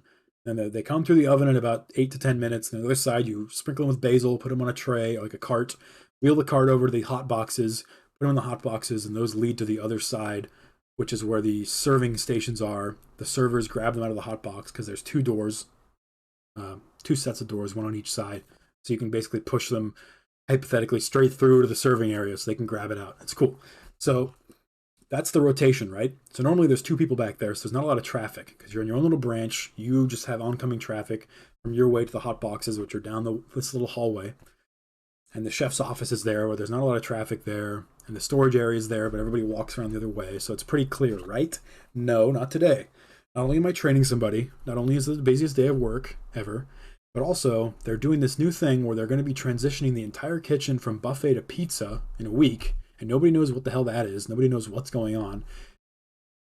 But in order to do that, they have to train people on what to do with pizza. So the head chef is actually showing Nicholas, one of the new Jamaican guys, how to use the pizza station. And guess where the pizza station is? It's directly across the small little room for the pasta station. So he's on the other side of the station. I keep saying station, but that's what everything's called in the kitchen. This station, that station. The like ingredients area. So he's on the other side of the cabinet, just working over there, coming to and fro, using up half of our items and resources, making life hell. So every tray has about 8 pieces of pasta, and I think that night I went through about like 70 trays, which is like a record. My friend Daniel, who worked there, he's from Rome. He was a super cool guy. Got to meet somebody that's actually from Europe. You could tell he spoke really good English, but he had different like mannerisms or things he would do. Like one thing that was really odd is I guess in Europe, when someone wants to get behind you, instead of tapping you on the shoulder, they take their 2 fingers and they poke your sides, like on your ribs, and you're like, oh, and that's how they notify you that they're behind you. I'm like, what the fuck? It feels so odd. And I asked him like, oh, is that like like an Italian thing? He's like, oh yeah, sorry, I'm sorry about that. That's just a habit. Like that's what we do over there. I'm like, oh my god, it's so jarring. But super cool guy. He was like the pasta expert. I don't know if they stereotypically put him there or maybe he wanted to be there. Chicken and egg, I don't know. But he was always the guy. I told him how many trays I did. His jaw like hit the floor. He's like, I've never done that many in my entire time here. I've been here 3 years. I'm like, I know, it was crazy. So yeah, but that was one of my other prouder days. That was crazy. So I was doing 50 to 70 trays per night. They were always putting me on pasta station. It just kept me out of their face because I guess they just hated me. I swear, I don't cause problems at work. I don't get in arguments. I don't do anything. I do exactly what they tell me. And probably the only annoying thing I did was I'd finish my job and be like, what do you want me to do next? And there really wasn't a clear way for that to be, dispensed to people. The information communication system there wasn't very good. So it's not like there was an easy way for me to figure out what I'm going to be doing that day. They figure it out on the fly. They're like, oh, you're here, you do this. So it's not like I could just, whatever. But I got to know Mario really well.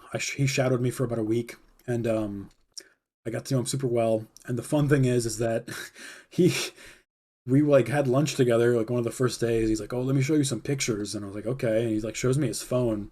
And I shit you not, this guy, he's got like this picture of like a table back home that it's got like shit ton of drugs, some white stuff on the table, a big giant like assault rifle, like an AR-15 type, maybe M16, a bunch of other guns, like all this. He's like, look at this, bro. I'm like, huh? He's like, this is what I do back home. I'm like, huh? So these guys were super hardcore back home. They're doing anything to make money. They're running weapons. They tell me they used to buy weapons from pirates and like sell drugs, and that was their like thing. And the people they know would get shot up and this and that. They're basically gangsters from Jamaica, like running stuff. And so, like, uh, yeah, that shocked me. But it's like they're super nice in the park because what happens is they get this job and they're going to be making like like 5 times as much money in U.S. dollars, which is stronger than the Jamaican dollar. And they're going to be like, if as long as they can be good and have good job security, they can stay here and make hella money and come back like rich. So they're just going to be on their best behavior. It's like they don't even do that stuff.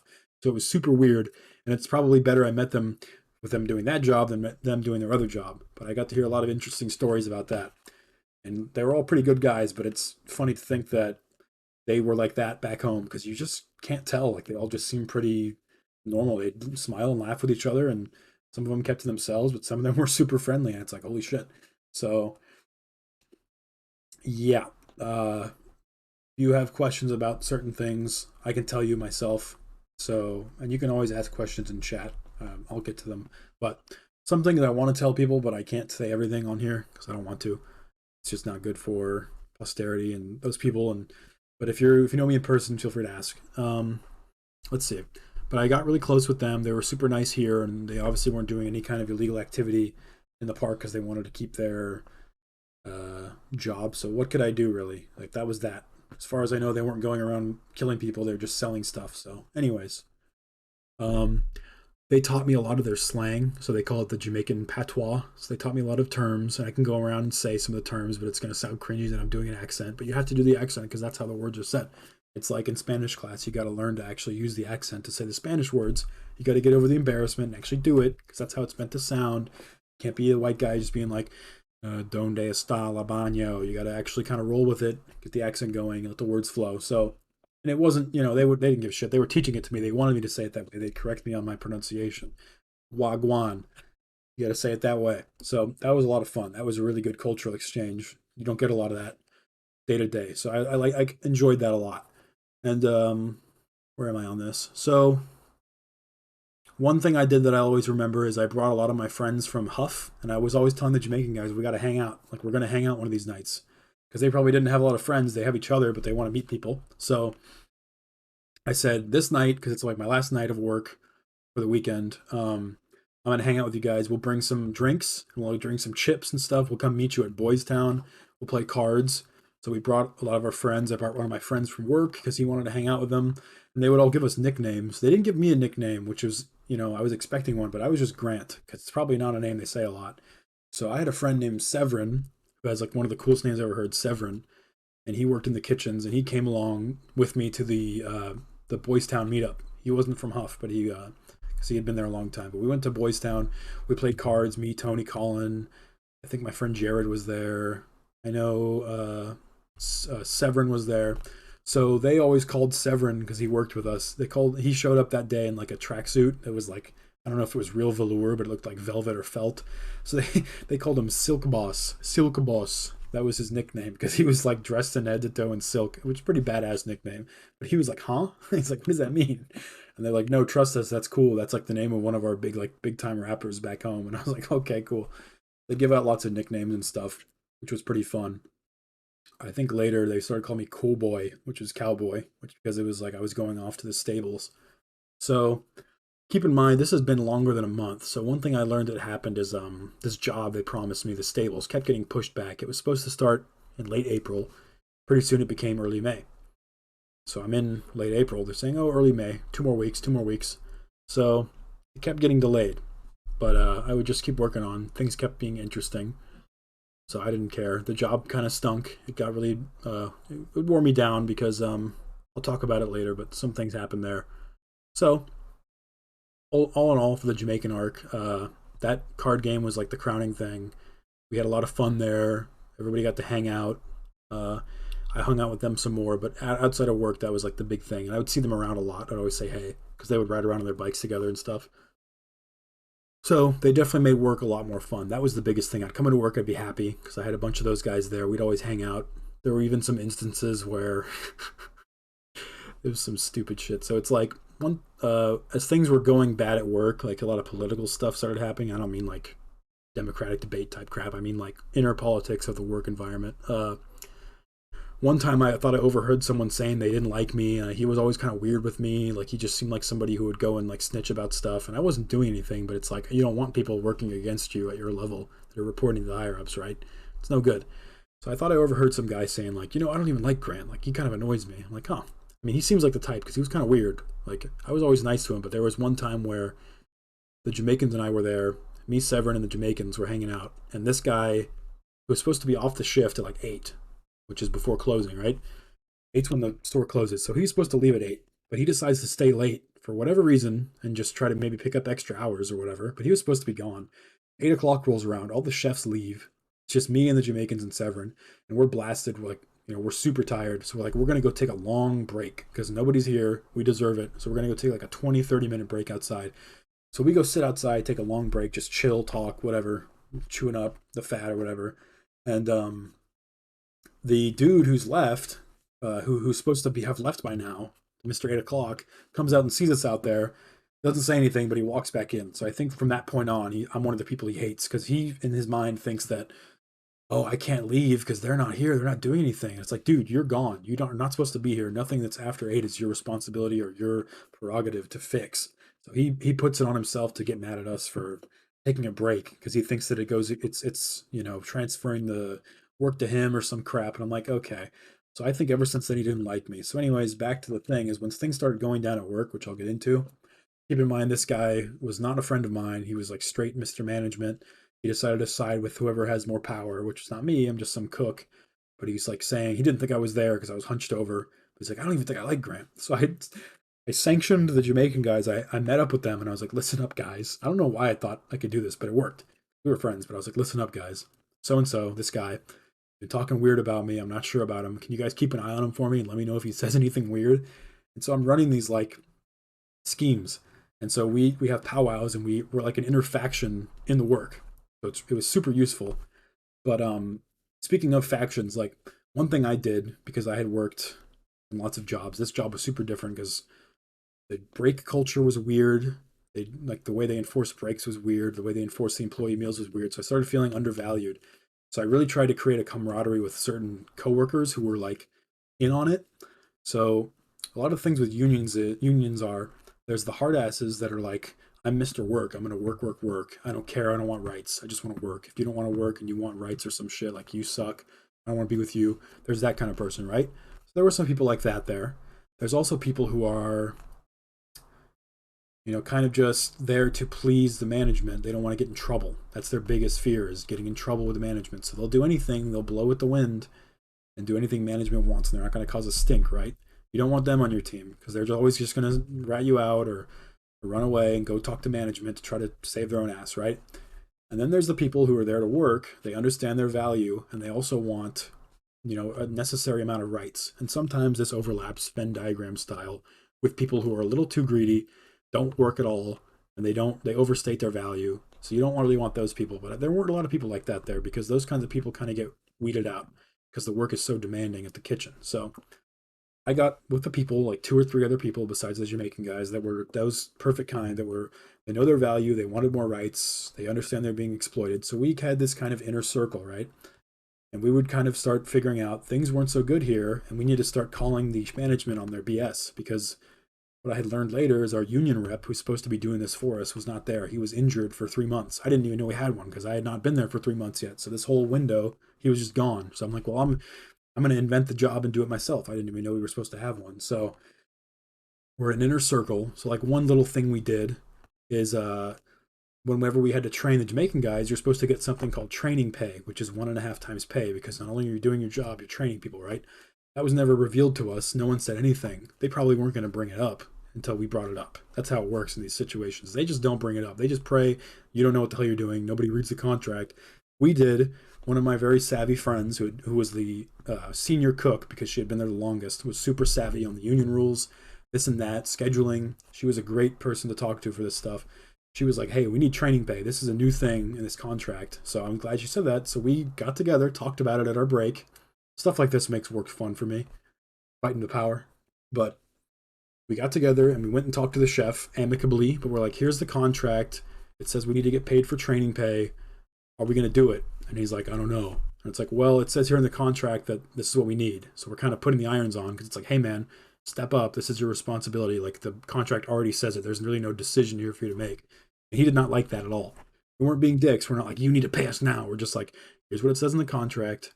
You need to pay us. Like, this is what it says. Like, not you need to pay us, but like the contract says you need to do this. So we're asking you if you could please do this. And he was just like, I don't know. I'll think about it. And we're like, well, there's really nothing to think about.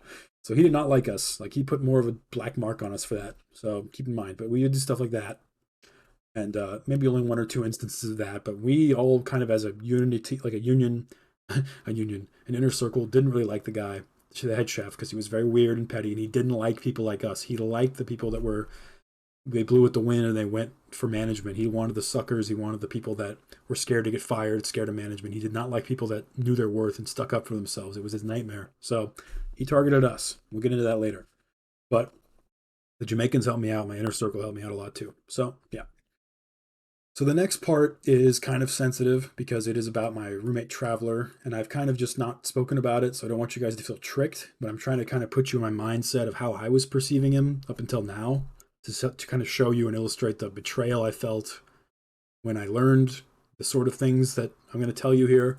So don't feel like before I was trying to trick you or mislead you, and that was just my thoughts at the time. I'm trying to keep it like a timeline base. So when I reveal this stuff, keep in mind that this, what I know now, is how I feel about this person. So anyways, let me get a drink of water. This is a long one too.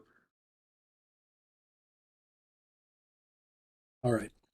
So, one thing about my roommate was my first roommate. His name was Traveler. He was my roommate for about 1.5 months. So ever since he came to the park, he was getting into trouble. So like every party we would have, he would always get flagged down by the officers, and they would pull him aside and warn him, and they were really on him. And I noticed that it was like different than everybody else. It was always him. So well, the one big thing was we were hanging out in the kitchen, and somehow he had gotten these little things of Patron. We were playing Five Finger Filet and drinking Patron. I didn't play Five Finger Filet. I want to slice my fingers off, but these young kids, you know. So Tony was doing it. He was going ham, and Traveler was doing it just kind of slow. Doesn't want to cut his fingers off, but of course Tony knows how to do it. Tony's like Drax the Destroyer from the Guardians of the Galaxy. That's who I think of when I see him. He's just like this big badass. You know, he's deep down, he's like a nice guy, but I never really went out and said that. He's a super nice guy, super smart, reads tons of books, has a lot to say, but it's just like on the exterior, he's like this intimidating, like really buff dude. So it's like, it's funny. And you get him to laugh. It's like the best thing ever. But, anyways, so he's there playing Five Finger Filet. Of course, he's fucking crazy. And he was someone who was inspired to work out because he used to get made fun of for how he looked. So now he's just like, that's like the deepest motivation ever. And he's never let go of that. So he's just super disciplined. He would go every day. So he's huge. But he's just like going hand with the five fingers. So we're all hanging out in the kitchen. And of course, these guys come by. And I see that they're coming by the windows. And they don't look like residents. They're housing people. They got the beanies on, the jackets. I'm like, oh God. So I start trying to hide everything. I grab the Patron. I stick it in the freezer. Everything. And then they come by and they look in. And then the first check, they don't get anybody. They're like, what's going on? It's like, oh, we're just hanging out. Whatever. Like, okay. They probably smelled some alcohol or something. They're looking around to see everybody and see who's what age, because they kind of know everybody's age already. They looked it up and they've got it written down somewhere, right? So that was kind of like, okay, the party's dying down because I don't want to do that. But of course, Traveler and some other people like Zach and them that stay up late, they're like, we want to keep going. So I leave because I always have this danger sense, like Spider-Man, where it's like, something's going to happen if I stay here. I'm just going to leave. So like 4 or 5 times in my trip or my stay in Yosemite, it was like, every time I'd leave, like 10 minutes later, someone would come in and like everyone would get in trouble. So I never got like written up or anything. So once again, I leave.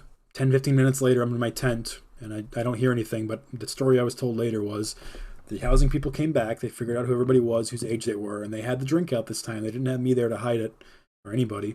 So they get caught and they write up like 5 people who are under 21 for drinking. And so it's like, this jeopardizes their jobs. So the job is notified and they get in trouble and they get suspended. So Traveler got caught drinking as a minor. So he only worked for about 4 days, and then they get the notice and they kick him out of the job and they basically suspend him with notice of like trial. So they're going to put him on this little meeting. I don't know if it was trial. It's like an investigation, right? So they kept delaying the investigation every week. So for about a month, he just hangs out, makes no money. I don't know how he's surviving. He just drinks espresso. I would give him some of my food because this dude's like starving, right? And I live with him. So I felt this idea that this guy's constantly in the shits, but from what I've seen, he's a decent guy and he's nice and he's not rude to people. At least he shows it well. Yeah, he's young and he's stupid and he hangs out too late. But I got to stick with him because he's my roommate. That's like the roommate pact. Like you have to have each other's back. So that's what I did.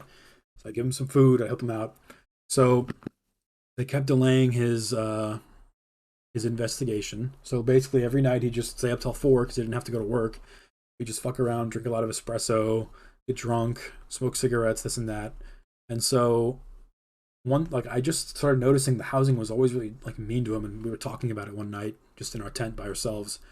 And he's like, "Yeah, they always jump on me. Like this has always been this way." And so I asked him like straight up because this is just my first hypothesis deduction. I was like, "Well, do they have anything? Do you have anything in your past that they would know about that would cause them to kind of like single you out as somebody of like interest? Like, do they have anything on your record, like tickets or anything, or crimes? You know, like not felonies, but you know, because sometimes when they do a background check, they can see, oh, this guy's done this, so they're going to target him. They just like don't want him there. That's what I figured was going on. I didn't understand the severity of anything, but I was like, maybe this guy has something that they just like want to bully him because they don't want him in the park, right? So when I ask him that, I'm like, do you have anything in your past that they would know about that would make them want to, you know, pick on you like that? He kind of gets quiet and he thinks about it. And I'm not accusing him of anything, so I'm not on.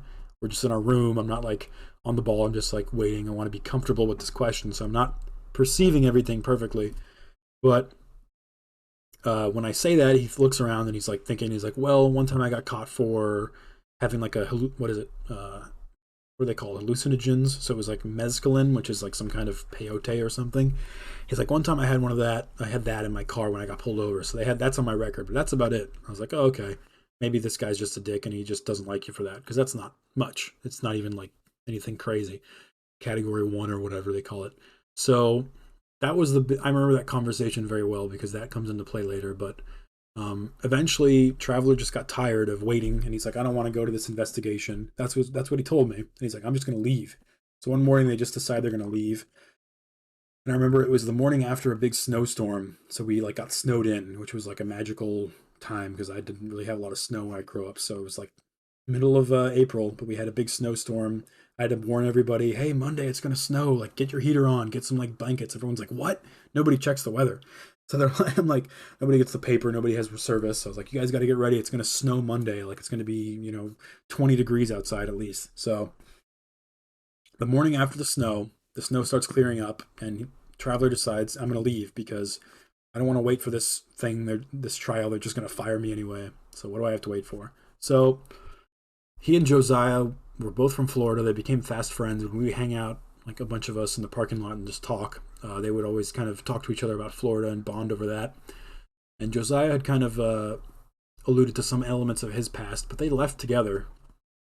So that morning they're like, "We're both gonna leave," and Josiah's like, "Screw this too. I don't like this place," because he was getting in trouble a lot too with the housing people. So they were both kind of like little ruffians. So they decided they would leave together.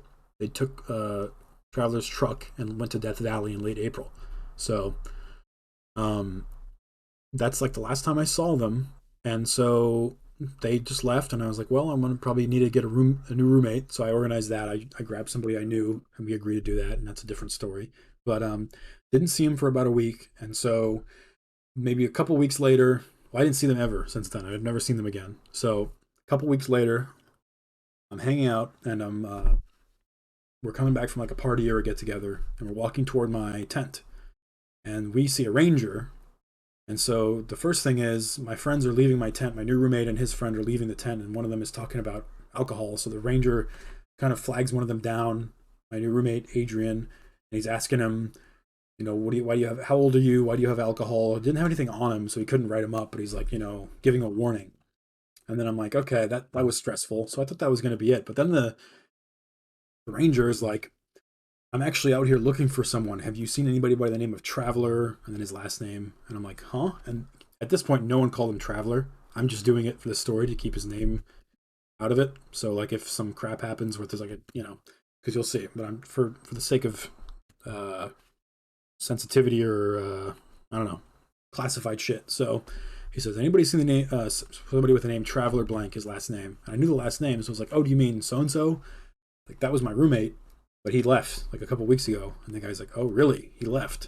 And I was like, yes.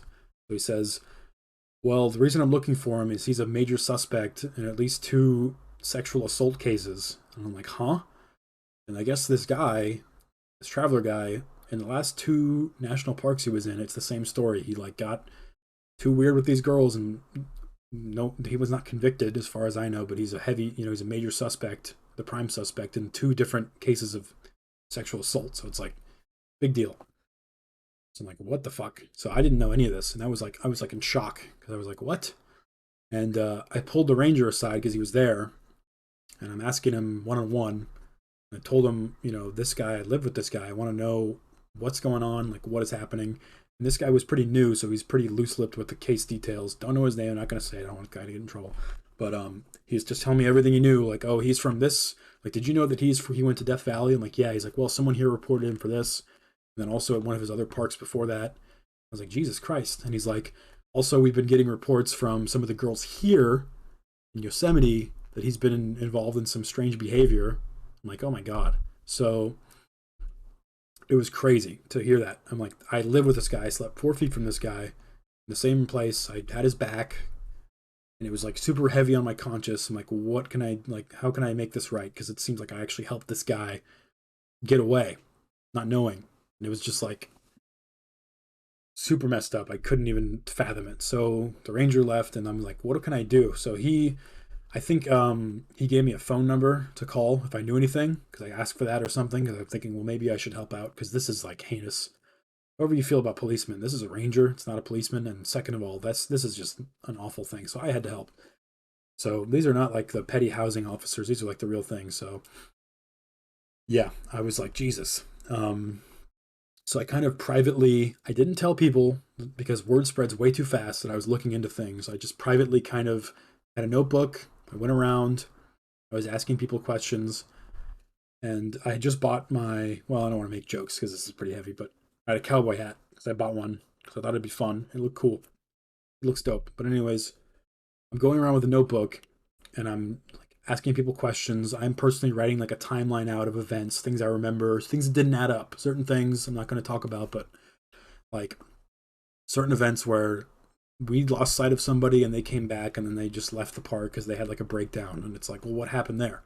It's like, well, now that you put this new piece of the puzzle in, things are starting to make sense. So you don't want to say outright, oh, this is what happened, but you can speculate. So I'm writing things in my journal. I'm not sharing anything with anybody at my level.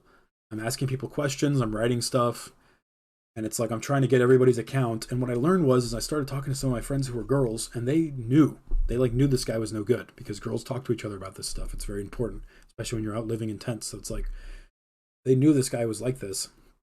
And, they didn't tell me because like my one friend who I was really close with, she's like, well, we didn't want to tell you because we didn't know if you'd side with him or not. And I was like, that just like broke my heart because it's like hopefully at that point they knew I was a good enough guy that I wasn't going to side with him. But it's like, you can't take that chance because we live together. They don't know what our actual friendship is like at that time, what I would describe as a friendship.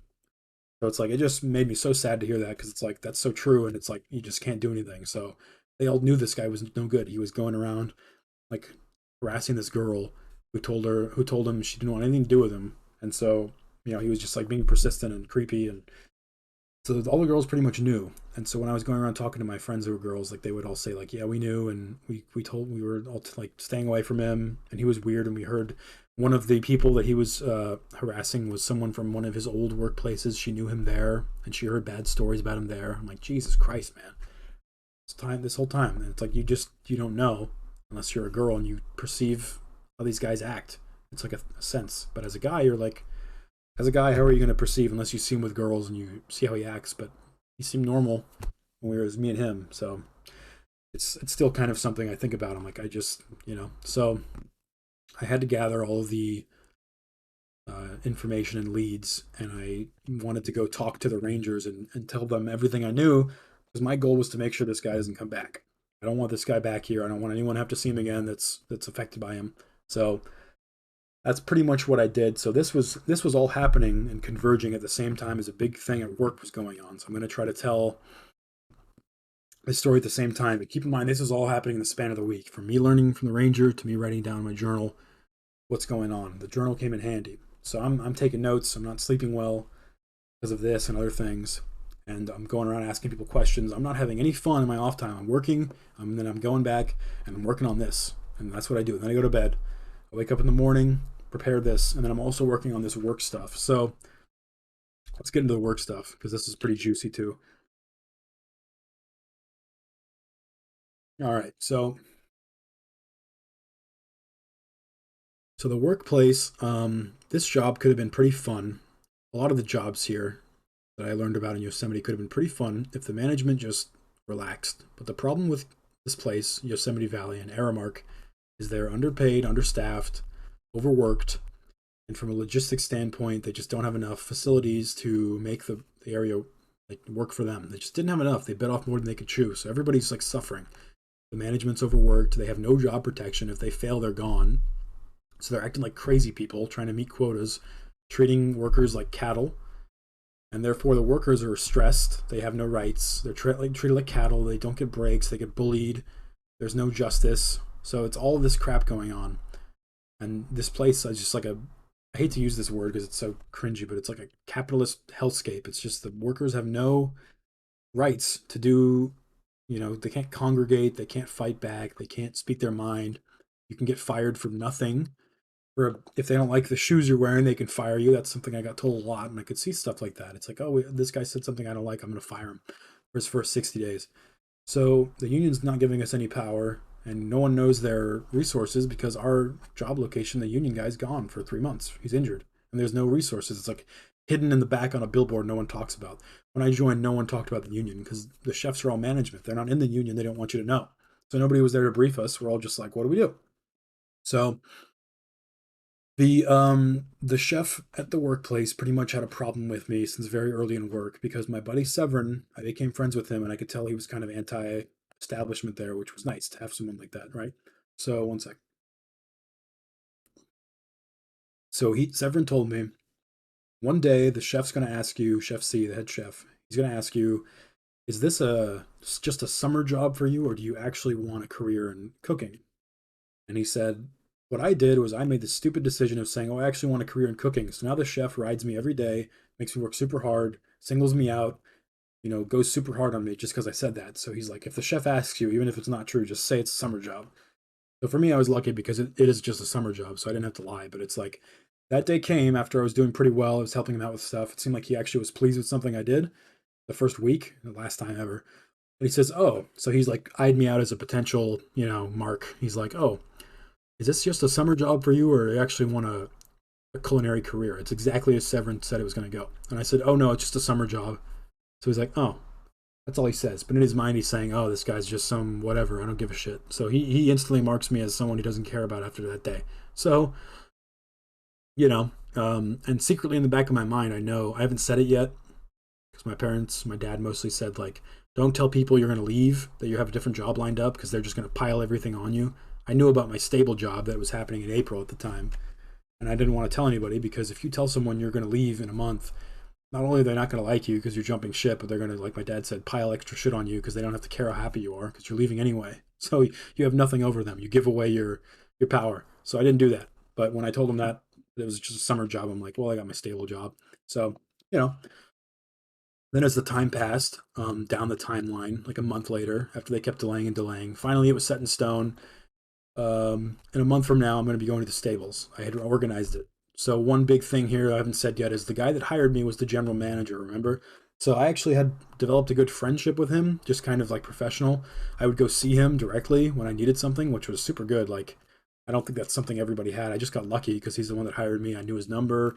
I got to talk to him when I moved in. So we became pretty close to the fact that I could just go visit and see him, and he got to see me, and like he wasn't annoyed. He would actually help me out with stuff. So he was super cool. Like he did the best with what he had. He's not one of the villains in this story. I just don't want to say his name because he has a professional career, and I don't want to rope him in with my crap.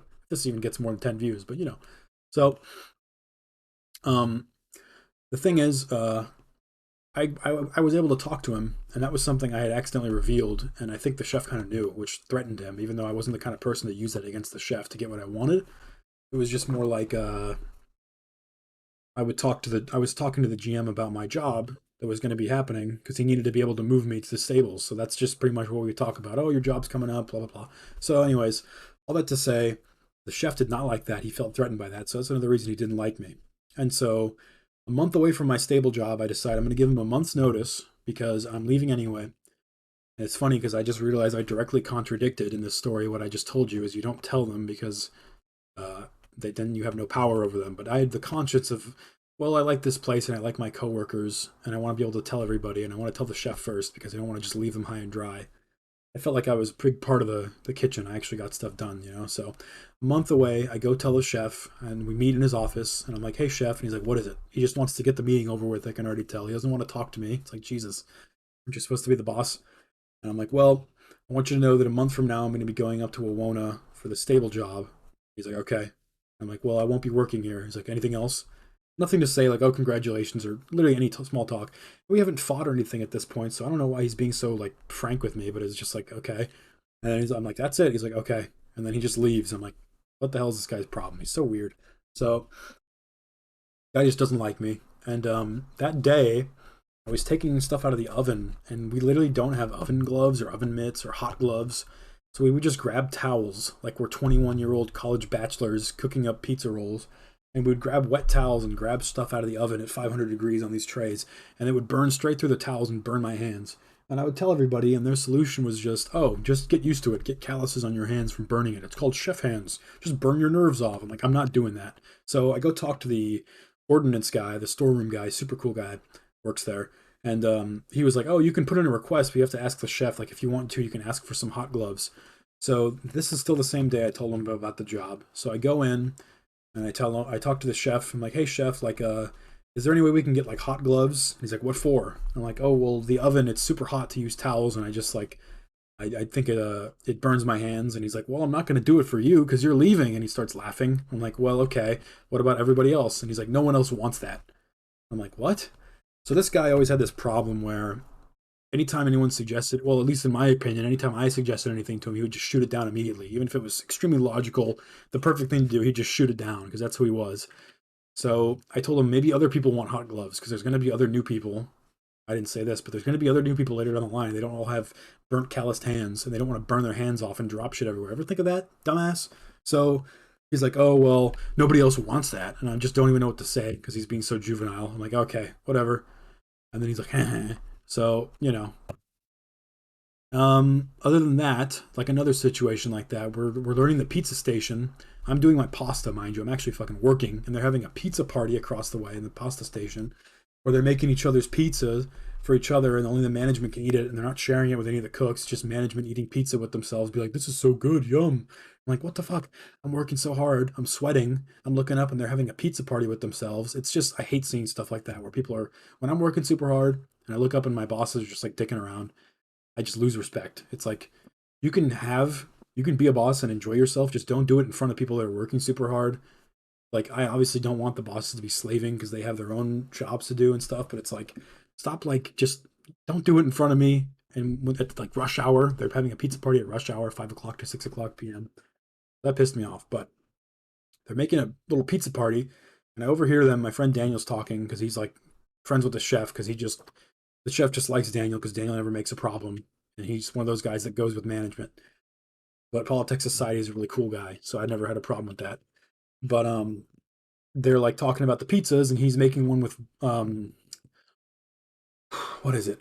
It's just like a chicken. Okay, so the pizza itself they're making. They're workshopping pizzas, right? They're trying to invent pizza flavors.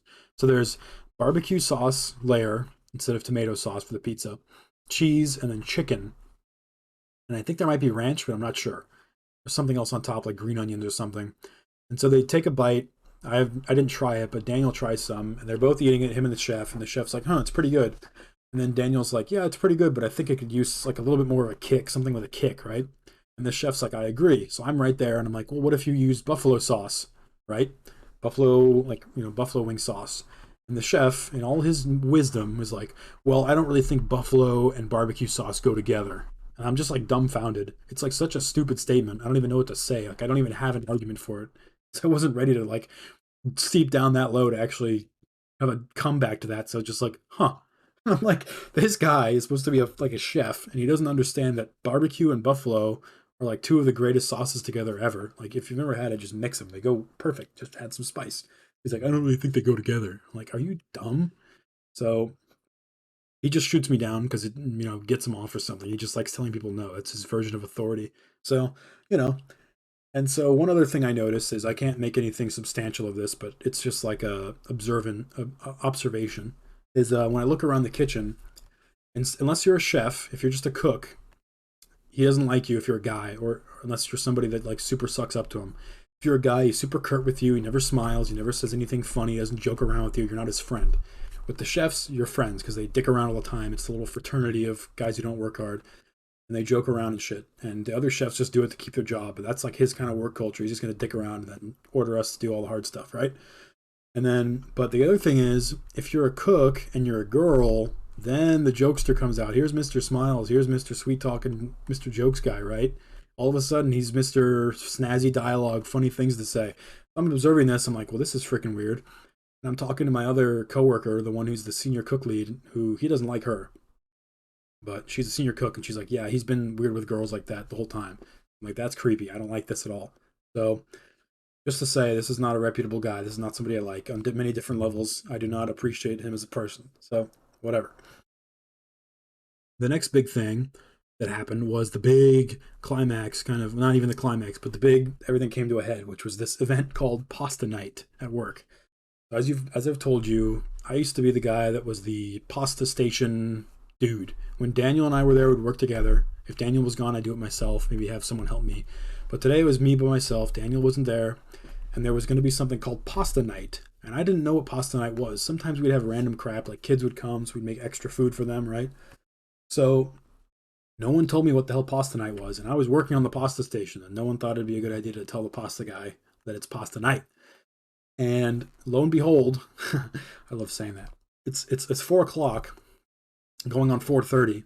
We open for dinner at 5, and then someone brings up to me, blah blah blah blah blah, pasta night, and I'm like, what is pasta night? And they're like, oh, that's the night where we make 6 extra trays of meatballs and 10 extra trays of pasta and put out hundreds of bowls of pasta for all these kids to eat. And I'm like, what the hell are you talking about? I'm the pasta guy. No one told me that. I have 20 minutes or so to do all this. So I start freaking out, and I'm just going a mile. I almost said a mile a minute, whatever.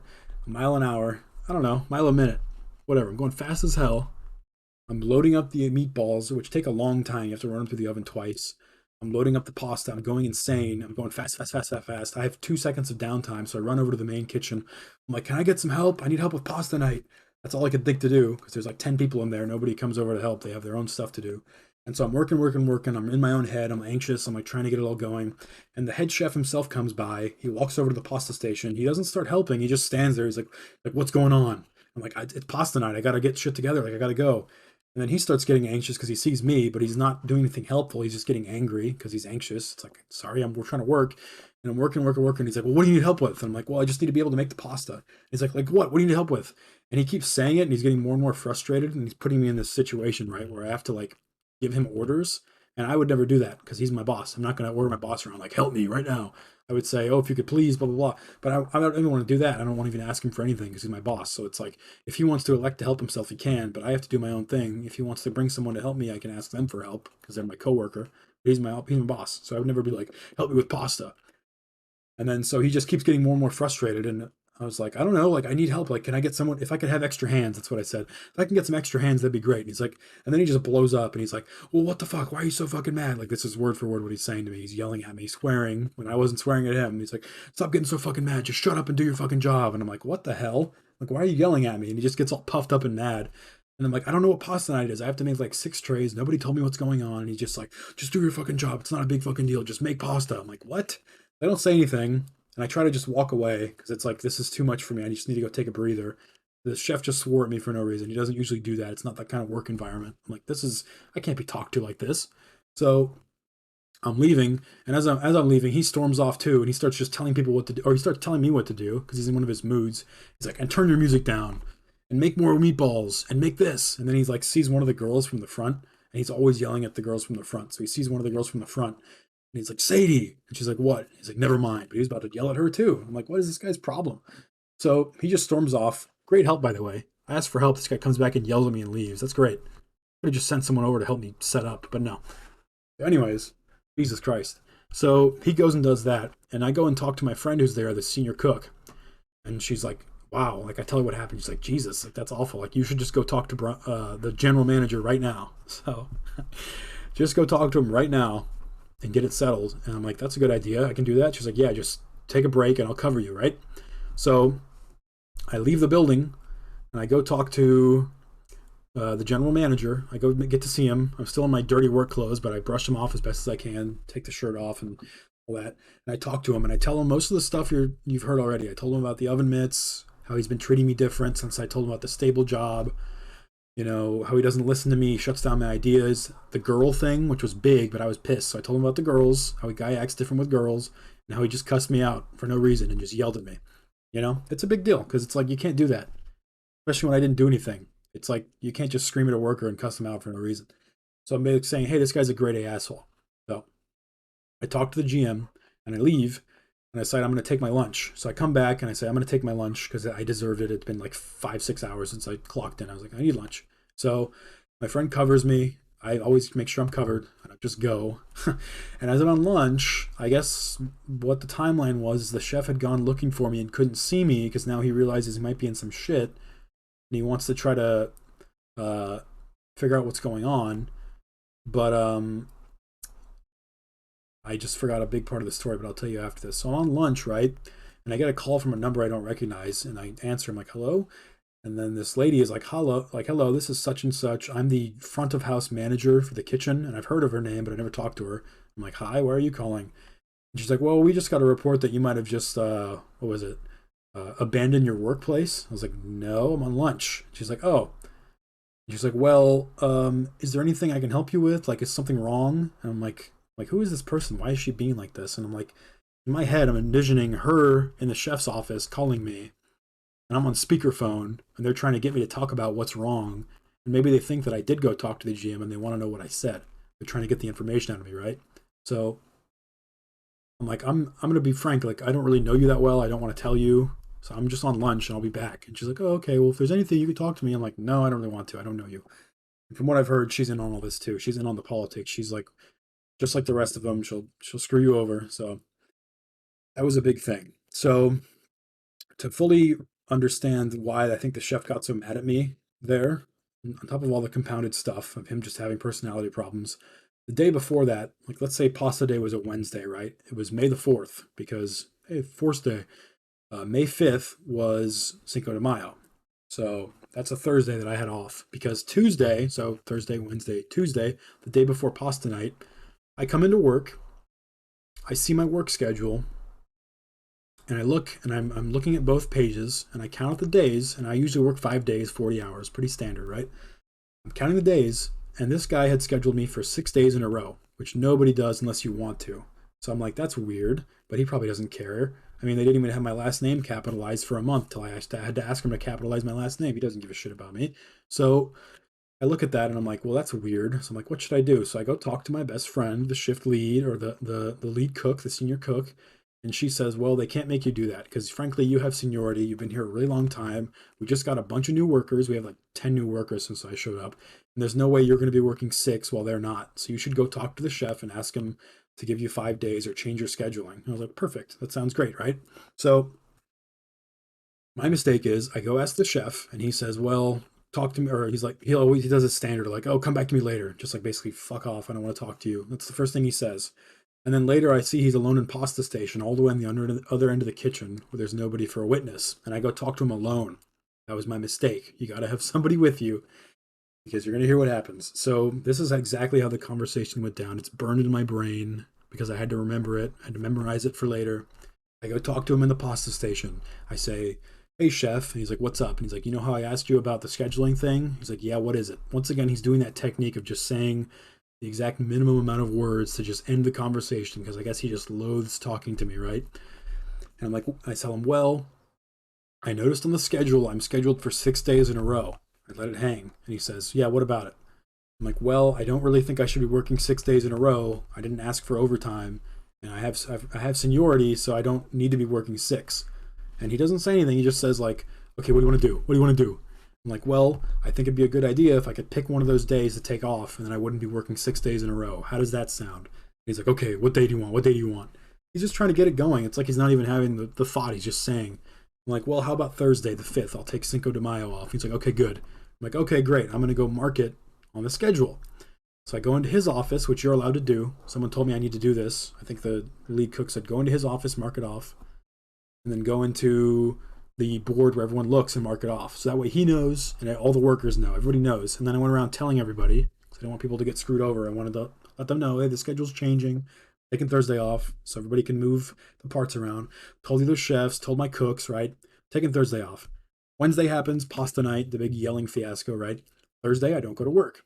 I don't, they don't call me. That's the big thing. The morning of my shift, or let's say I go in at 1 o'clock, 1:30, 1:40, they don't call me, right? So that means to me, everything's fine. I'm not supposed to be there and I'm not. Nobody's calling me, right? That's what they do at work when you don't show up. They call you, they ask what's up, tell them you're not coming in, they mark you off for a no-call, no-show, right? But I sanctioned it, so they didn't call me. That makes sense in my head. But anyways, Thursday goes by. I think I had Friday off too. But Thursday, Cinco de Mayo. So they had this cool thing at the rec center where they sold these tacos. You come and build your own tacos, like Chipotle style. I know. Bleh. And but they were really good. Those ones were good. They had birria and El Pastor, which are my favorite. So super great tacos. I got to go there. And of course, who's there? The entire gang of all my bosses are there when they're supposed to be scheduled to work, but they're just screwing off, taking the 2 hours off to go eat tacos. God knows we don't need to serve anybody. The kitchen's open, by the way. They're just there. So they see me, and it's awkward because the chef just yelled at me Wednesday, so I don't want to talk to him. And that one lady called me that I don't know, and I felt like she was trying to get information out of me, so I don't trust them. So they all see me there, and they're all in a big circle, all my chefs and bosses. And I mean, if you were there and you went to some random party and you saw all your bosses, would you want to go talk to them? Like, I don't care if they're kind of cool. Like, you just want to be on your day off. You don't want to think about work, and you have other people to talk to. I'm like, eh. So I grab the food, and I beeline in front of them diagonally. I just go diagonal of the circle they're at. I don't avoid them. I look at them, and I'm just like, whatever. I'm going to eat my food. I'm here with my friends. We're going to go hang out. So I go hang out. I go talk with Severin. We go do the couch. I do it a lot better, and we say our goodbyes because he's leaving soon. He's like, I'm done with this place. I actually have a better job lined up. Super cool. And then I come back, let's say Saturday is my first day back, or maybe it's Friday. And I come back, and immediately I noticed the other chefs that I was cool with, like Chef Jay. We had that big night where we fended off the hordes. He's just giving me the cold shoulder. He doesn't smile. He's not laughing with me. He's not cool with me. He's just like, oh, hey, like, what's up? And then I'm like, okay, what's going on? And I noticed something's up because he screamed at me and I talked to the manager. So things are going to be set in motion, right, with the head chef. So I just got the news that day, the shop steward, which is our union representative, just came back for his first day of work after being injured for 3 months. I'm like, well, what a good lucky break. I can talk to this guy and actually figure out what I should do. So I told him about the situation because I figured they're going to try to do something about it. But I told him the situation about the scheduling and how I got verbal approval. And that's the main thing he said was, well, you had verbal approval, so you're okay. And the big thing I want to know is this going to affect my actual job that I want, the stable job? And he's like, well, it could, because they could just fire you and then you're not an employee here. So I could potentially lose my job. But anyways, that's not yet. But that's if things go really bad, right? Things won't go that bad. So I'm talking to him for most of the time, talking to the Jamaicans, telling them what happened. And then one of my coworkers tells me that yesterday, which was Thursday, the chef was going around work and telling everyone that I marked myself off the schedule without asking and just didn't show up. And he's like freaking out. He's like throwing things. I'm not making this up, but he was like flipping out. And I'm like, what's going on with this guy? So it's like we literally spoke to each other. And so I'm hearing that. And then as I'm listening to that, the Chef Jay comes, second in command, and he's like, the chef wants to talk to you in his office, which no one ever says. So I'm like, what? Like, oh my God. So I'm going in and I've heard all these stories. I've heard all these stories about they just fire you for whatever reason they want. You can get fired. You can lose your job. They don't even like you. So I'm on the defense. I'm getting like steeled up. I'm ready to defend myself. And I go into the office and I sit down and it's me, it's the head chef and that front of house lady. And I'm sitting there. They said, hello. The lady's nice. She'll wear a smile. The chef doesn't say anything. He's just pouting like a little kid, having her do all the talking for him. She's like, you know why we called you in here? I'm like, no. And she's like, we're giving you what's called a 48-hour notice. So the first thing I hear when I hear 48-hour notice is I'm going to be fired and I have 48 hours to leave, right? Like you have 48 hours to evacuate the premises, like that kind of shit. But it's not that. She's like, do you know what that is? I'm like, no. It's like, this means you're under investigation, which who says it like that? Like I'm a criminal. You're under investigation and you have 48 hours to get a union representative to help you, to represent you in a meeting or the investigation where we're going to talk about what you did. And they won't tell me what I did. Like they're not saying it. And I'm like, well, what did I do? Like, what is this for? And she's like, I don't really know if we can say. And I'm like, you can tell me. Like, you're supposed. I need to know what this is about. And she's like, well, this. All I can say is it has to do with attendance. I'm like, attendance. So the attendance policy in the books is if you do a no call no show, which I've never done. I called out once, which is a call out. So 2 call outs counts for like a no call, or maybe it's 3, right? The first time you get a no call no show, you get a warning. The second time you get it's like I forget the first infraction, but it's like 2 or 3 are fired, right? You get 2 or 3 every 6 months. I haven't done a single one. So I'm like, what is this about? Why would it be an investigation for attendance? So it's usually pretty cut and dry when, so I'm like, what the hell? So I think it has to be the Cinco de Mayo thing. Like, what is this about? So they said you have 48 hours to find a shop steward and you need to be ready for a meeting. So I'm like, what the fuck? So I'm like, I'm going, and I immediately go back to the union rep who had just come back for that first day, and I start telling him exactly what they told me. He's like, oh wow. And he's like, well, tell me what happened, because usually attendance is pretty normal. Either blah blah, like it's just like tardiness or whatever. And I tell him the situation, and he's like, that is pretty weird. And he's like, well, you're gonna need a good shop steward. And he's like, I could represent you. And poor guy, from what I've heard, he's really knowledgeable, but he's not very good in meetings. He like freezes up. He doesn't really help you. I've heard this one guy is super good, and I was like, and I tell him kind of polite, like, I'm like, well, I've actually already been emailing this one guy, so I'd rather go with him. He's like, oh, that guy's really good. He's my neighbor. Like, I can get you his number, call him, do this, you can get a hold of him. I'm like, oh, thank God. So I think I worked the rest of the day, but you know how these stories go. You really don't remember the rest of the day at work because all day you're just thinking about what do you got to do. So they're making me work, and at the same time, I got to fight for my life. So I get off work and I call the number and the guy doesn't answer. I leave a couple messages because it's important to me. I could lose my job and my other job. So I'm like spam calling this guy, and then I can't sleep and I can't think. So at lunch that day, I knew that was gonna there was gonna be an investigation. So I start taking to my journal and I'm writing down the conversation. I'm writing down exactly what happened. I'm writing down all this dirt on him and stuff that I've collected. So that morning I wake up and I go to the rec center where they have Wi-Fi, and I type up. I don't remember what I used. I think I used my phone to type up this whole thing, and I printed it out with their printer. I asked to use the printer for the nice lady at the desk, and I printed up this like dossier, this report of like the conversation word for word that we had, which is a great idea. If you ever get into shit like this at work, type it up, make a record of what was said. They'll bring it to the meeting, and you can ask them if they remember this conversation. And it's really powerful thing to bring. So I'm glad I did that because I wrote it down. I think my mom had that advice because I called her and talked to my parents. My mom's in the union for like her work, and she knows exactly how to deal with this stuff. She's like, keep a record, write it down. It's really powerful in these meetings, and it was. So I wrote it down, and I typed it all out, and I didn't know when the meeting was going to be. I'm like, it could be any time, so I got to do this soon. So I call the shop store. The shop steward finally calls me right that morning. It's only been like less than 12 hours. And he's like, hey. I'm like, what's up? And he's like, all I can tell you as your shop steward is the meeting is going to be today at 12. I'm like, huh? And he's like, yeah, I'm going to meet you there, and I can't talk to you about it until I'm there, but just know that. I'm like, oh. I'm like, okay. I'm like, well, can I meet you before the meeting? Because it seems like this guy's just trying to get it done, but I've heard he's really good, so maybe he just has a lot on his plate. But he's like, okay, yeah. So I was like, let me meet you early and talk to you about what's going on. He thinks it's real, dime a dozen case of attendance. So that day, thank God I typed all that out and I got ahead of the ball, or got on the ball. Um, I'm like going and figuring things out. Let's see.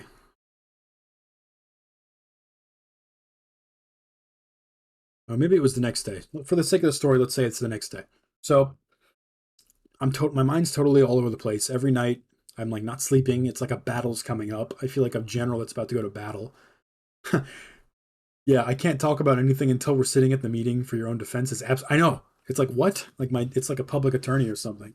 So anyways, let's say for the sake of the story, because I haven't talked about this, but my nights were crazy. I'm sleepless. It feels like I'm about to go to battle and I have to be ready. So like one of the nights, I remember I'm just not having fun. All of my off time, like I was saying earlier, I'm not doing anything recreational. I'm focusing on talking to the Rangers about my old roommate, gathering information on that. And then at my other time, trying to gather information for my work, figure out what to do, talk to shop stewards. There's an ex shop steward, a union rep I could talk to about what's going to happen, figure out the system, all in the span of like 24 hours. And so one night I just can't sleep. My friend wants to hang out. My roommate, my poor roommate, he's like, "Hey, do you want to do something?" I'm like, "I can't right now." I'm real curt with him. I don't always, but I felt bad at the moment. I was like, but I just can't fuck around. I can't do like kid shit. I have to actually sit down and figure this out for my well being. So I literally go and I'm like just sitting in the rec center, which is closed because it's like 12 a.m. And this is like a scene from a movie I'll never forget. I'm sitting in the middle bench. Think of like a U/V shaped pavement, three segments. So kind of like a angled segment, flat segment, angled segment, like a U shape of pavements. And there's a bench on each segment, right? So I'm in the middle one, and on my two wings are these angled segments with two other benches, right? I'm sitting in the middle. I got my cowboy hat on. I'm jotting down things in my journal that are going to be useful that I'm going to type up for the next morning. And I'm getting everything together for all these side quests I have converging at once. And so my friends, I have the Jamaicans on one, or I have two of my friends, the Jamaicans on the left side, who are like my posse at this point. And I have two of my other friends, the Jamaicans, on my right side. And I literally feel like a mob boss or something, or like some kind of guy that's sitting in the middle, insulated, protected by my friends, and I'm jotting things down, super focused, just not even paying attention. But they're on both sides. We're like, it's like our little area. And one of them's over on the bench talking, who's like my good friend. And then my friend Mario, who I'd been training, is like, just chill out, Grant. Like, don't think too much. It gets to your head. Like, you're gonna lose all your hair. Don't think too much. I was like, yeah, but I need to think. And I'll be transparent here. Like, before I went to Yosemite, I think I like fucked around, tried some cigarettes, didn't like it for my UPS job, but like I really needed to think. And I remember that whenever I did it, it helped me think a lot. So this part of my life, I actually got back into smoking because of this, because I was just so stressed and I needed to think. And they did help me think, but don't do it. Nasty habit. I've kicked it by now. I haven't smoked in months, like ever since Yosemite, pretty much. But that was I don't want to say it. I mean, I'm not talking to kids, but it did help me think. So it's a good mental stimulant. So just have a cigar instead next time. Don't do cigarettes. But yeah, that helped me focus, and that's why I was staying up so late and jotting everything down. It helped me get that stuff done better than fucking Adderall. But I won't do it again. I don't do that kind of stuff. But so I was there smoking a cigarette, chilling, jotting things down in the journal, and it's like, yeah, pretty crazy. That's like a very surreal moment of my life. It's like a painting, but I was getting it down, and he told me not to think too much. But I was like, I have to. They knew what was going on. I had filled everybody in there. Like, that's fucked up. I was kind of trying to warn the Jamaican guys because they were new. But took a bunch of records. The morning comes, I type it up, and I get there. The guy calls me and says, like I was saying earlier, can't talk until then. And I was like, well, let's meet early. So I'm there. The meeting's at like 12. He shows up at 11:30 and calls me. I pull my phone out. The whole thing's on vibrate the whole day. I'm ready. I'm ready. He's like, I'm here. I'm like, okay, I'm coming out there. So I don't even ask anybody. Maybe I tell the chef, I'm like, oh, my shop steward's here. And they don't know what to do. They're just like, oh, okay. Like, they can't interfere because it's union stuff. They don't really know what to do. So I go meet this guy. This guy's name is Jeff. He might still be there. Longtime guy. Everybody told me he's like a mad dog in the meetings. You need him because he's like the best guy to get for meetings, like investigations. He just gets on them. He's frank with them. He's real, up to speed on the rules and codes. So he's coming at this is just a routine thing. This kid's getting dinged for attendance. Attendance is real simple. So I start talking to him, and the layers start peeling off, and he's realizing I'm not some dumbass that it just didn't show up to work and wants to whine about it, right? And so he's hearing my story, and like at first he's like, well, attendance is pretty black and white. Either you showed up or you didn't. So I can't imagine how this is like a different case than that. And I'm like, well, you better listen to my case. And I don't know if you were here, Luke, for the whole story, so I'll sum it up. But the chef basically, he scheduled me for 6 days in a row because I have precedent that he didn't like me. As I'm telling okay, you've been here the good 15. So I tell the guy, like, this guy scheduled me for 6 days. I talk to him directly, the chef. And I'm like, hey, can we just split the week? And he gives me verbal permission in person. Straight to my face. Yeah, pick a day, take it off, mark it off. You won't show up. It's fine. He says, go. So I do it. And then I do it. And the day I'm not there, the chef's flipping out, screaming, throwing shit everywhere, telling everyone I didn't do it. And now all of my friends and the chefs that I made a good relationship with, besides the head chef, the side chefs, the sous chefs, they don't like me anymore. They're giving me the cold shoulder. They're pissed off at me, right? I'm like, what happened? Like, what do they think happened? So he must have told them some twisted story. But I tell the shop steward exactly what happened, and that's what happened. God's truth. And he's like, huh. He's like, yeah, that's definitely not very black and white. And he's like, well, it sounds like your management doesn't know the union rules because clear as day, a verbal permission is just as good as written permission. And if you had verbal permission to take the day off and you did, you're not in the wrong at all. And it's like, that's exactly what I need to hear. So for the first time, I have somebody with power that's on my team that can actually help me. And this guy's like 2 inches taller than me. He's like 6'5". He's like, let's go. We're going to walk in there. So we're walking up to the kitchen, and it feels like I'm walking up there with like my dad or something. Excuse me, my dad or something. He's like walking in there. We're just like sauntering into the kitchen. We like, bust through the doors, got like sunglasses on and shit. Everyone's like, what's going on? I'm like, I got my fucking meeting right now. That's right. So we burst through, and he's like, hey, is this where the meeting's happening? Like in the office? And they're like, okay. We're like, yeah, it's here. So we sit down for the meeting, and the guy's real comfortable, and he's like, oh, the front of house manager, the lady that tried to like get information out of me, tried to Gestapo me or some shit. He's like, oh, how you doing, so and so? Hope you're staying out of trouble this time. So I've heard she's trouble, that she bounced from job to job and she can never keep her job because she's always getting involved in something and causing trouble. So I'm just like, this guy's badass. He's saying what I wish I could say. And he can say it because in meetings, the shop stewards are on the level of management. He told me I can say anything I want to these guys and I'm not going to get disciplined. So it's like, it's just a real, and I can't, me, myself, I can't, but he can. So that's why you need them. So I guarantee you, if I had gone into this meeting without him, I would have just been fired on the spot. Just fired. Because I got him and I got somebody to actually back me up, I had a shot. So I was ready. I did the work and we're in the meeting. So I'm super on the ball, focused as hell, ready for anything. So the way it goes down is I showed him the paper that I typed out beforehand. He read the conversation. He said, okay. He folds it up. He takes it with him. So we come in. Still don't know specifically what this meeting's about. So I'm actually getting to hear it for the first time at the meeting, which is just so fucked up. Imagine you go to court and you don't know what you're in trouble for until the day of. It's so stilted and it's so skewed in their favor because you can't build a defense if you don't know what the fuck you did. They just said it's attendance. That's all they could give me. And I had to draw that out of them too. But that aside, we're in there and the union rep is like, okay, what are we here for?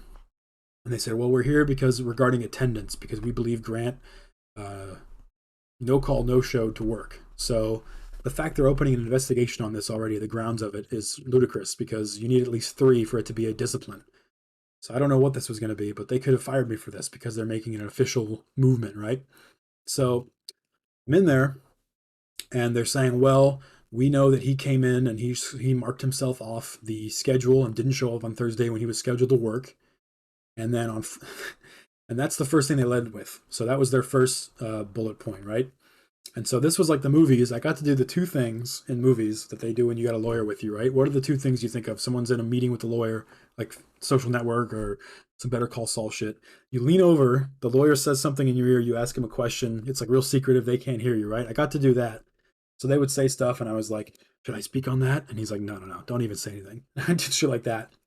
And the other thing that I liked that I got to do was they would ask me a question and I would just look at the shop steward and he would nod his head no or shake his head no, and I just wouldn't answer it. He's like, you don't have to answer that. That's the body language. So that was cool.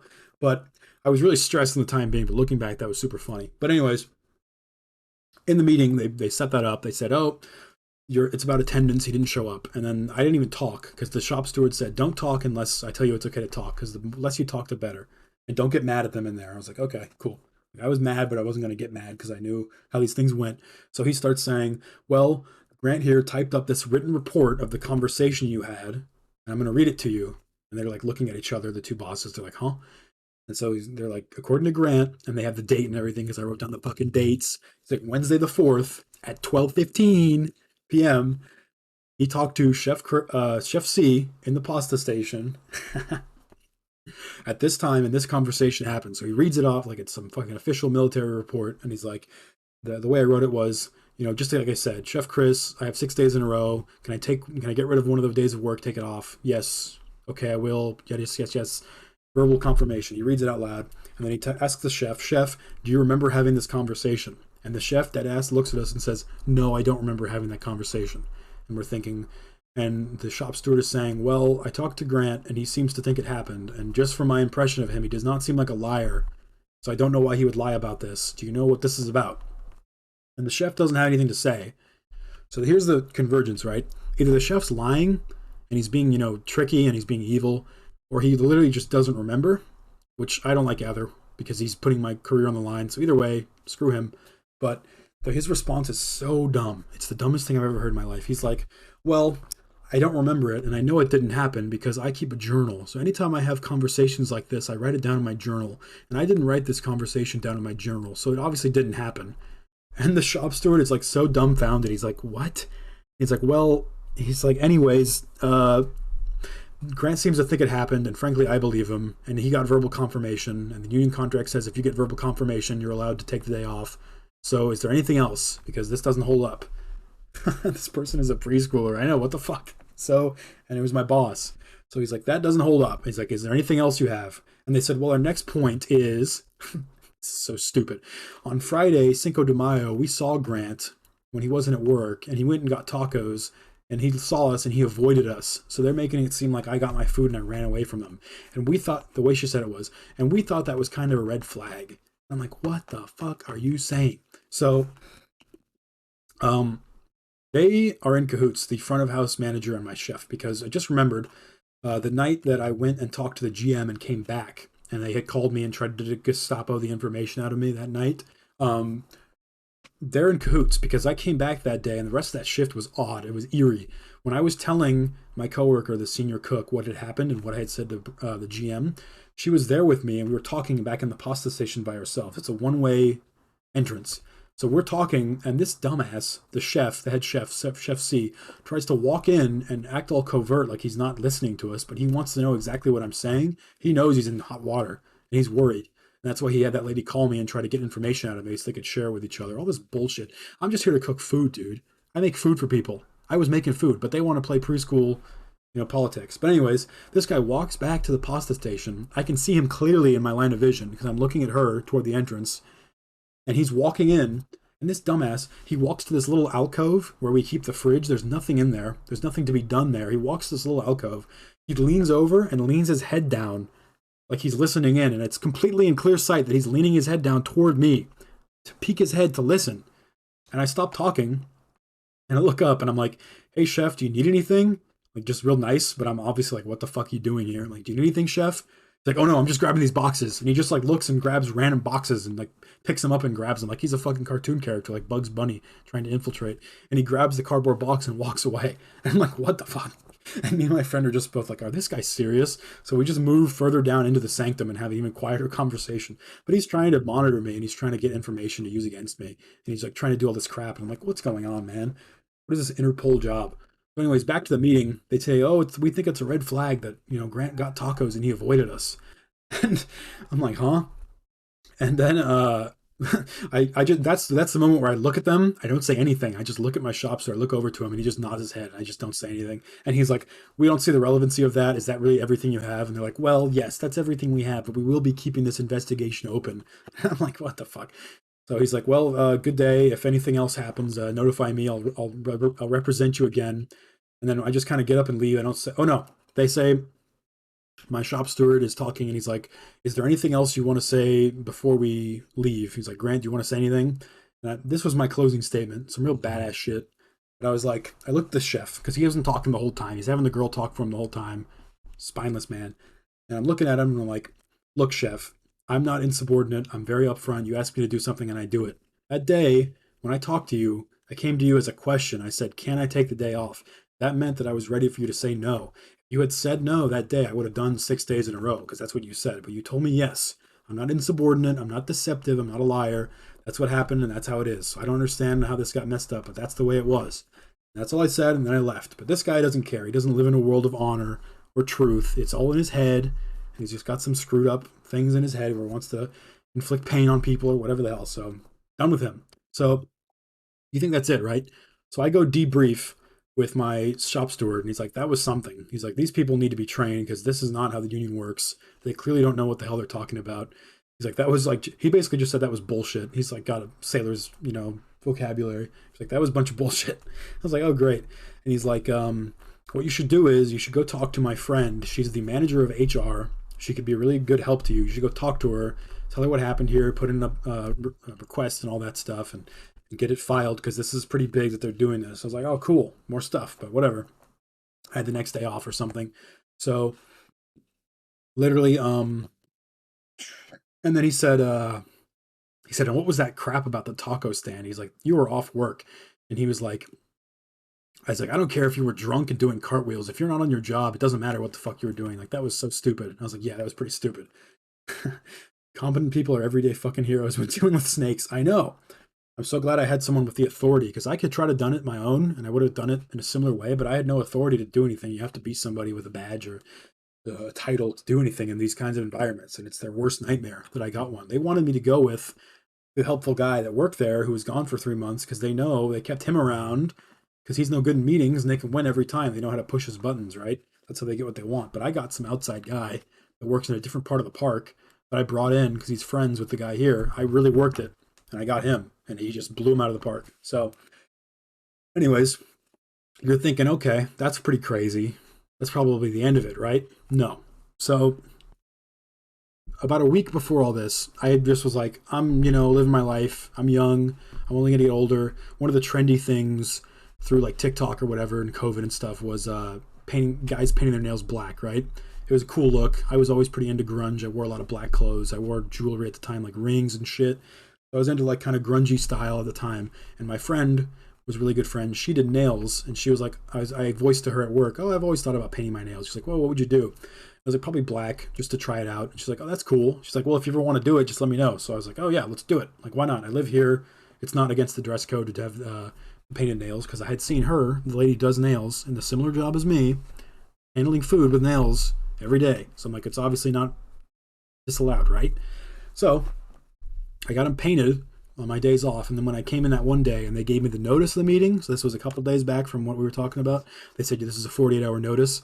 When I was leaving the 48-hour notice meeting, the lady or the chef said, by the way, your nails, that's a health code violation. And I'm like, huh? And then the front of house lady was like, no, he can wear gloves as long as he's wearing gloves, which I wear 24/7. I don't touch food without gloves ever for my training. She's like, as long as he's wearing gloves, it's fine. And that's how we settled it. Never was brought up again. Until the day I come back from work after this meeting where I won the meeting, right? The chef just can't handle that I won the meeting. I just blew him up, showed him how stupid he was. He couldn't handle it. So I come back, let's just say it was a Monday, and the first thing they flag me down. I'm the man because I just won the meeting. I'm here, I'm stomping all over him, do my victory lap. After that meeting, I had like a victory lap. They put me on prep alone because the guy's so petty, he doesn't want to see me. So he put me alone in the giant sanctum of the kitchen because we just switched to pizza. So totally top to bottom redoing of the kitchen. We're just totally pizza now. So I'm on my own in this giant sanctum of the kitchen where it's normally 20 people there. It's just me. I'm doughing the pizza, rolling it up, putting sauce on it and cheese and traying it and moving it over to the 10 other people that are in the kitchen, working like in the hot kitchen, all like cramped in. I'm alone on this giant sanctum because the chef doesn't want to see me. So I'm just blasting like Frank Sinatra, I Did It My Way was my big song because that's how I felt. I did it my way. I fucking won. I beat these guys. I'm just singing along, having the happiest day of work ever because, like, screw these guys. They lost. Get bodied. You guys suck. So just chilling. And then I go off and I have a weekend and I come back on Monday and they immediately flag me down. They bring me into the office. And this time it's just me, the general manager, and the chef. And the general manager is holding this giant, archaic Harry Potter fucking book I've never seen in my life that says, like, employee codes and guidelines. I'm like, what? And the chef's there. And immediately the first thing he says when I walk in is, last time I talked to you, I told you your nails were a health code violation. I told you to get rid of them before your next shift. He never said any of that to me. And I'm on the ball because I'm ready for this shit. It's him. I'm like, no, that's not true. When you gave me the meeting, the notice for the 48-hour meeting, or the meeting for the 48-hour notice, you told me I need to not have my nails, and then such and such, the front of the house said I can wear gloves. And that's how it ended. Then he's like, that's not true, blah, blah, blah. And he's like making shit up. And then he just looks at the GM like, help me, help me. And the GM knows me. He knows I'm not, blah, blah, blah. And he's looking at this book that no one's opened in 50 years. And the book says, oh, you can't have painted nails because it's a health code violation. They've never enforced this rule before me. But God knows this guy probably stayed up all night, the loser, looking for something to ding me on. But he's going to go for the nails because he can't win with the attendance. He's got to go for the nails. So I'm like, look, like, this is not what you told me. I would never be insubordinate because he's trying to phrase it like I'm insubordinate again, like I went against his direct orders. I'm like, you never told me that to way, told it to me that way. If you had told it to me that I needed to get rid of it before my next shift, I would have done it because that's a direct order. I don't disobey direct orders. The easiest thing in the world. And he's like, blah blah blah blah. He starts getting mad, and then the GM's like, look, for the sake of it, like, can we just put this over with? He's like, Grant, you need to get rid of the nails. I'm just saying it now so we can move on. So you need to go find some remover and remove them. So I'm like, okay, whatever. So they basically gave me the day off to go look for the remover. So the big thing is when this girl did an amazing job on him. Her name's Davina. I think her nail service is in Vegas now, unless she's still at the park. But it's Davina Does Nails or something like that. But she did this amazing service, like perfectly done gel nails, whole like pedicure kind of thing, $30, like friend price or whatever, and looked amazing. But she used gel, so gel is really hard to get off, and you need something called acetone in the remover. So with the acetone, it's very hard to get in a national park because it's like a chemical that's like environmentally unfriendly, and everything's pretty environmentally friendly there. So I wandered around the whole day. I made it like a fun day. I grabbed up two of my friends. We just walked everywhere. I didn't drive. Walked all the stores looking around. They don't have any acetone there. I can't do anything about my nails. So it's like, what am I going to do? So I go back to work that day at the very end of the day. And I'm like, hey, there's nothing I can get rid of my nails with. And they're like, huh? They're like, well, you should go talk to HR. And so I had already made buddies with HR because on my day off, I went there and I told them everything about the situation, the meeting, and everything. So I went to go talk to her again.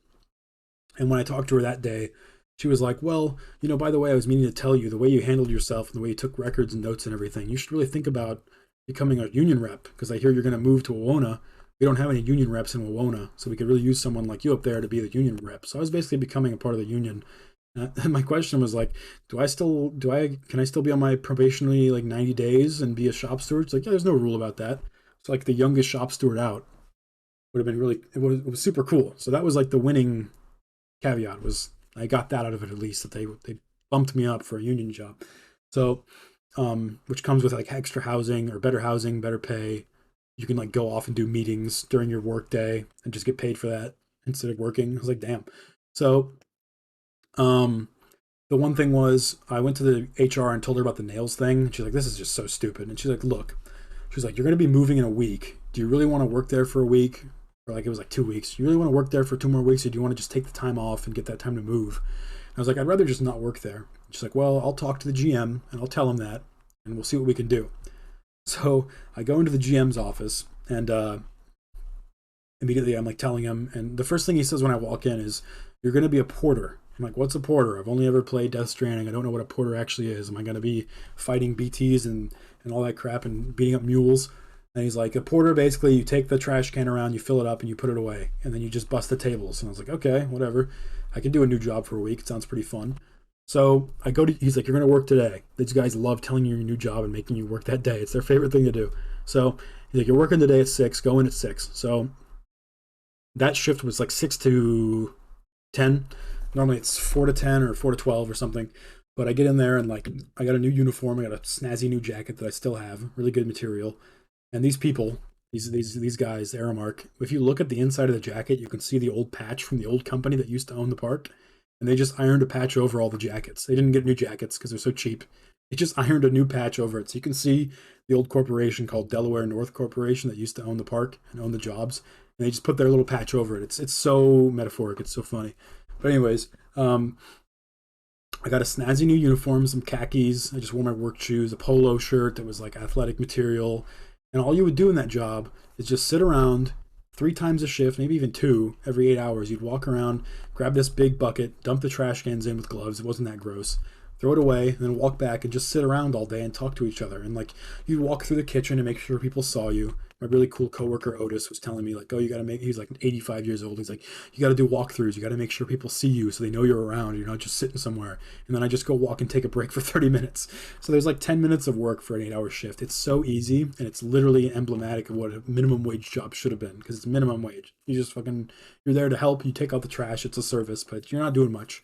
You're not doing what I was doing for the same amount of pay, which is almost cutting my fingers, bumping my head, being under the hot oven, burning my hands, getting shit dropped on my feet all the time. It's like, dude, this is so much easier. So I no longer work for the chef. So I would just call him by his name really upfront because calling someone chef is like a sign of respect. So to just say his first name now probably fucking hurt him because that's all he has is his chef name.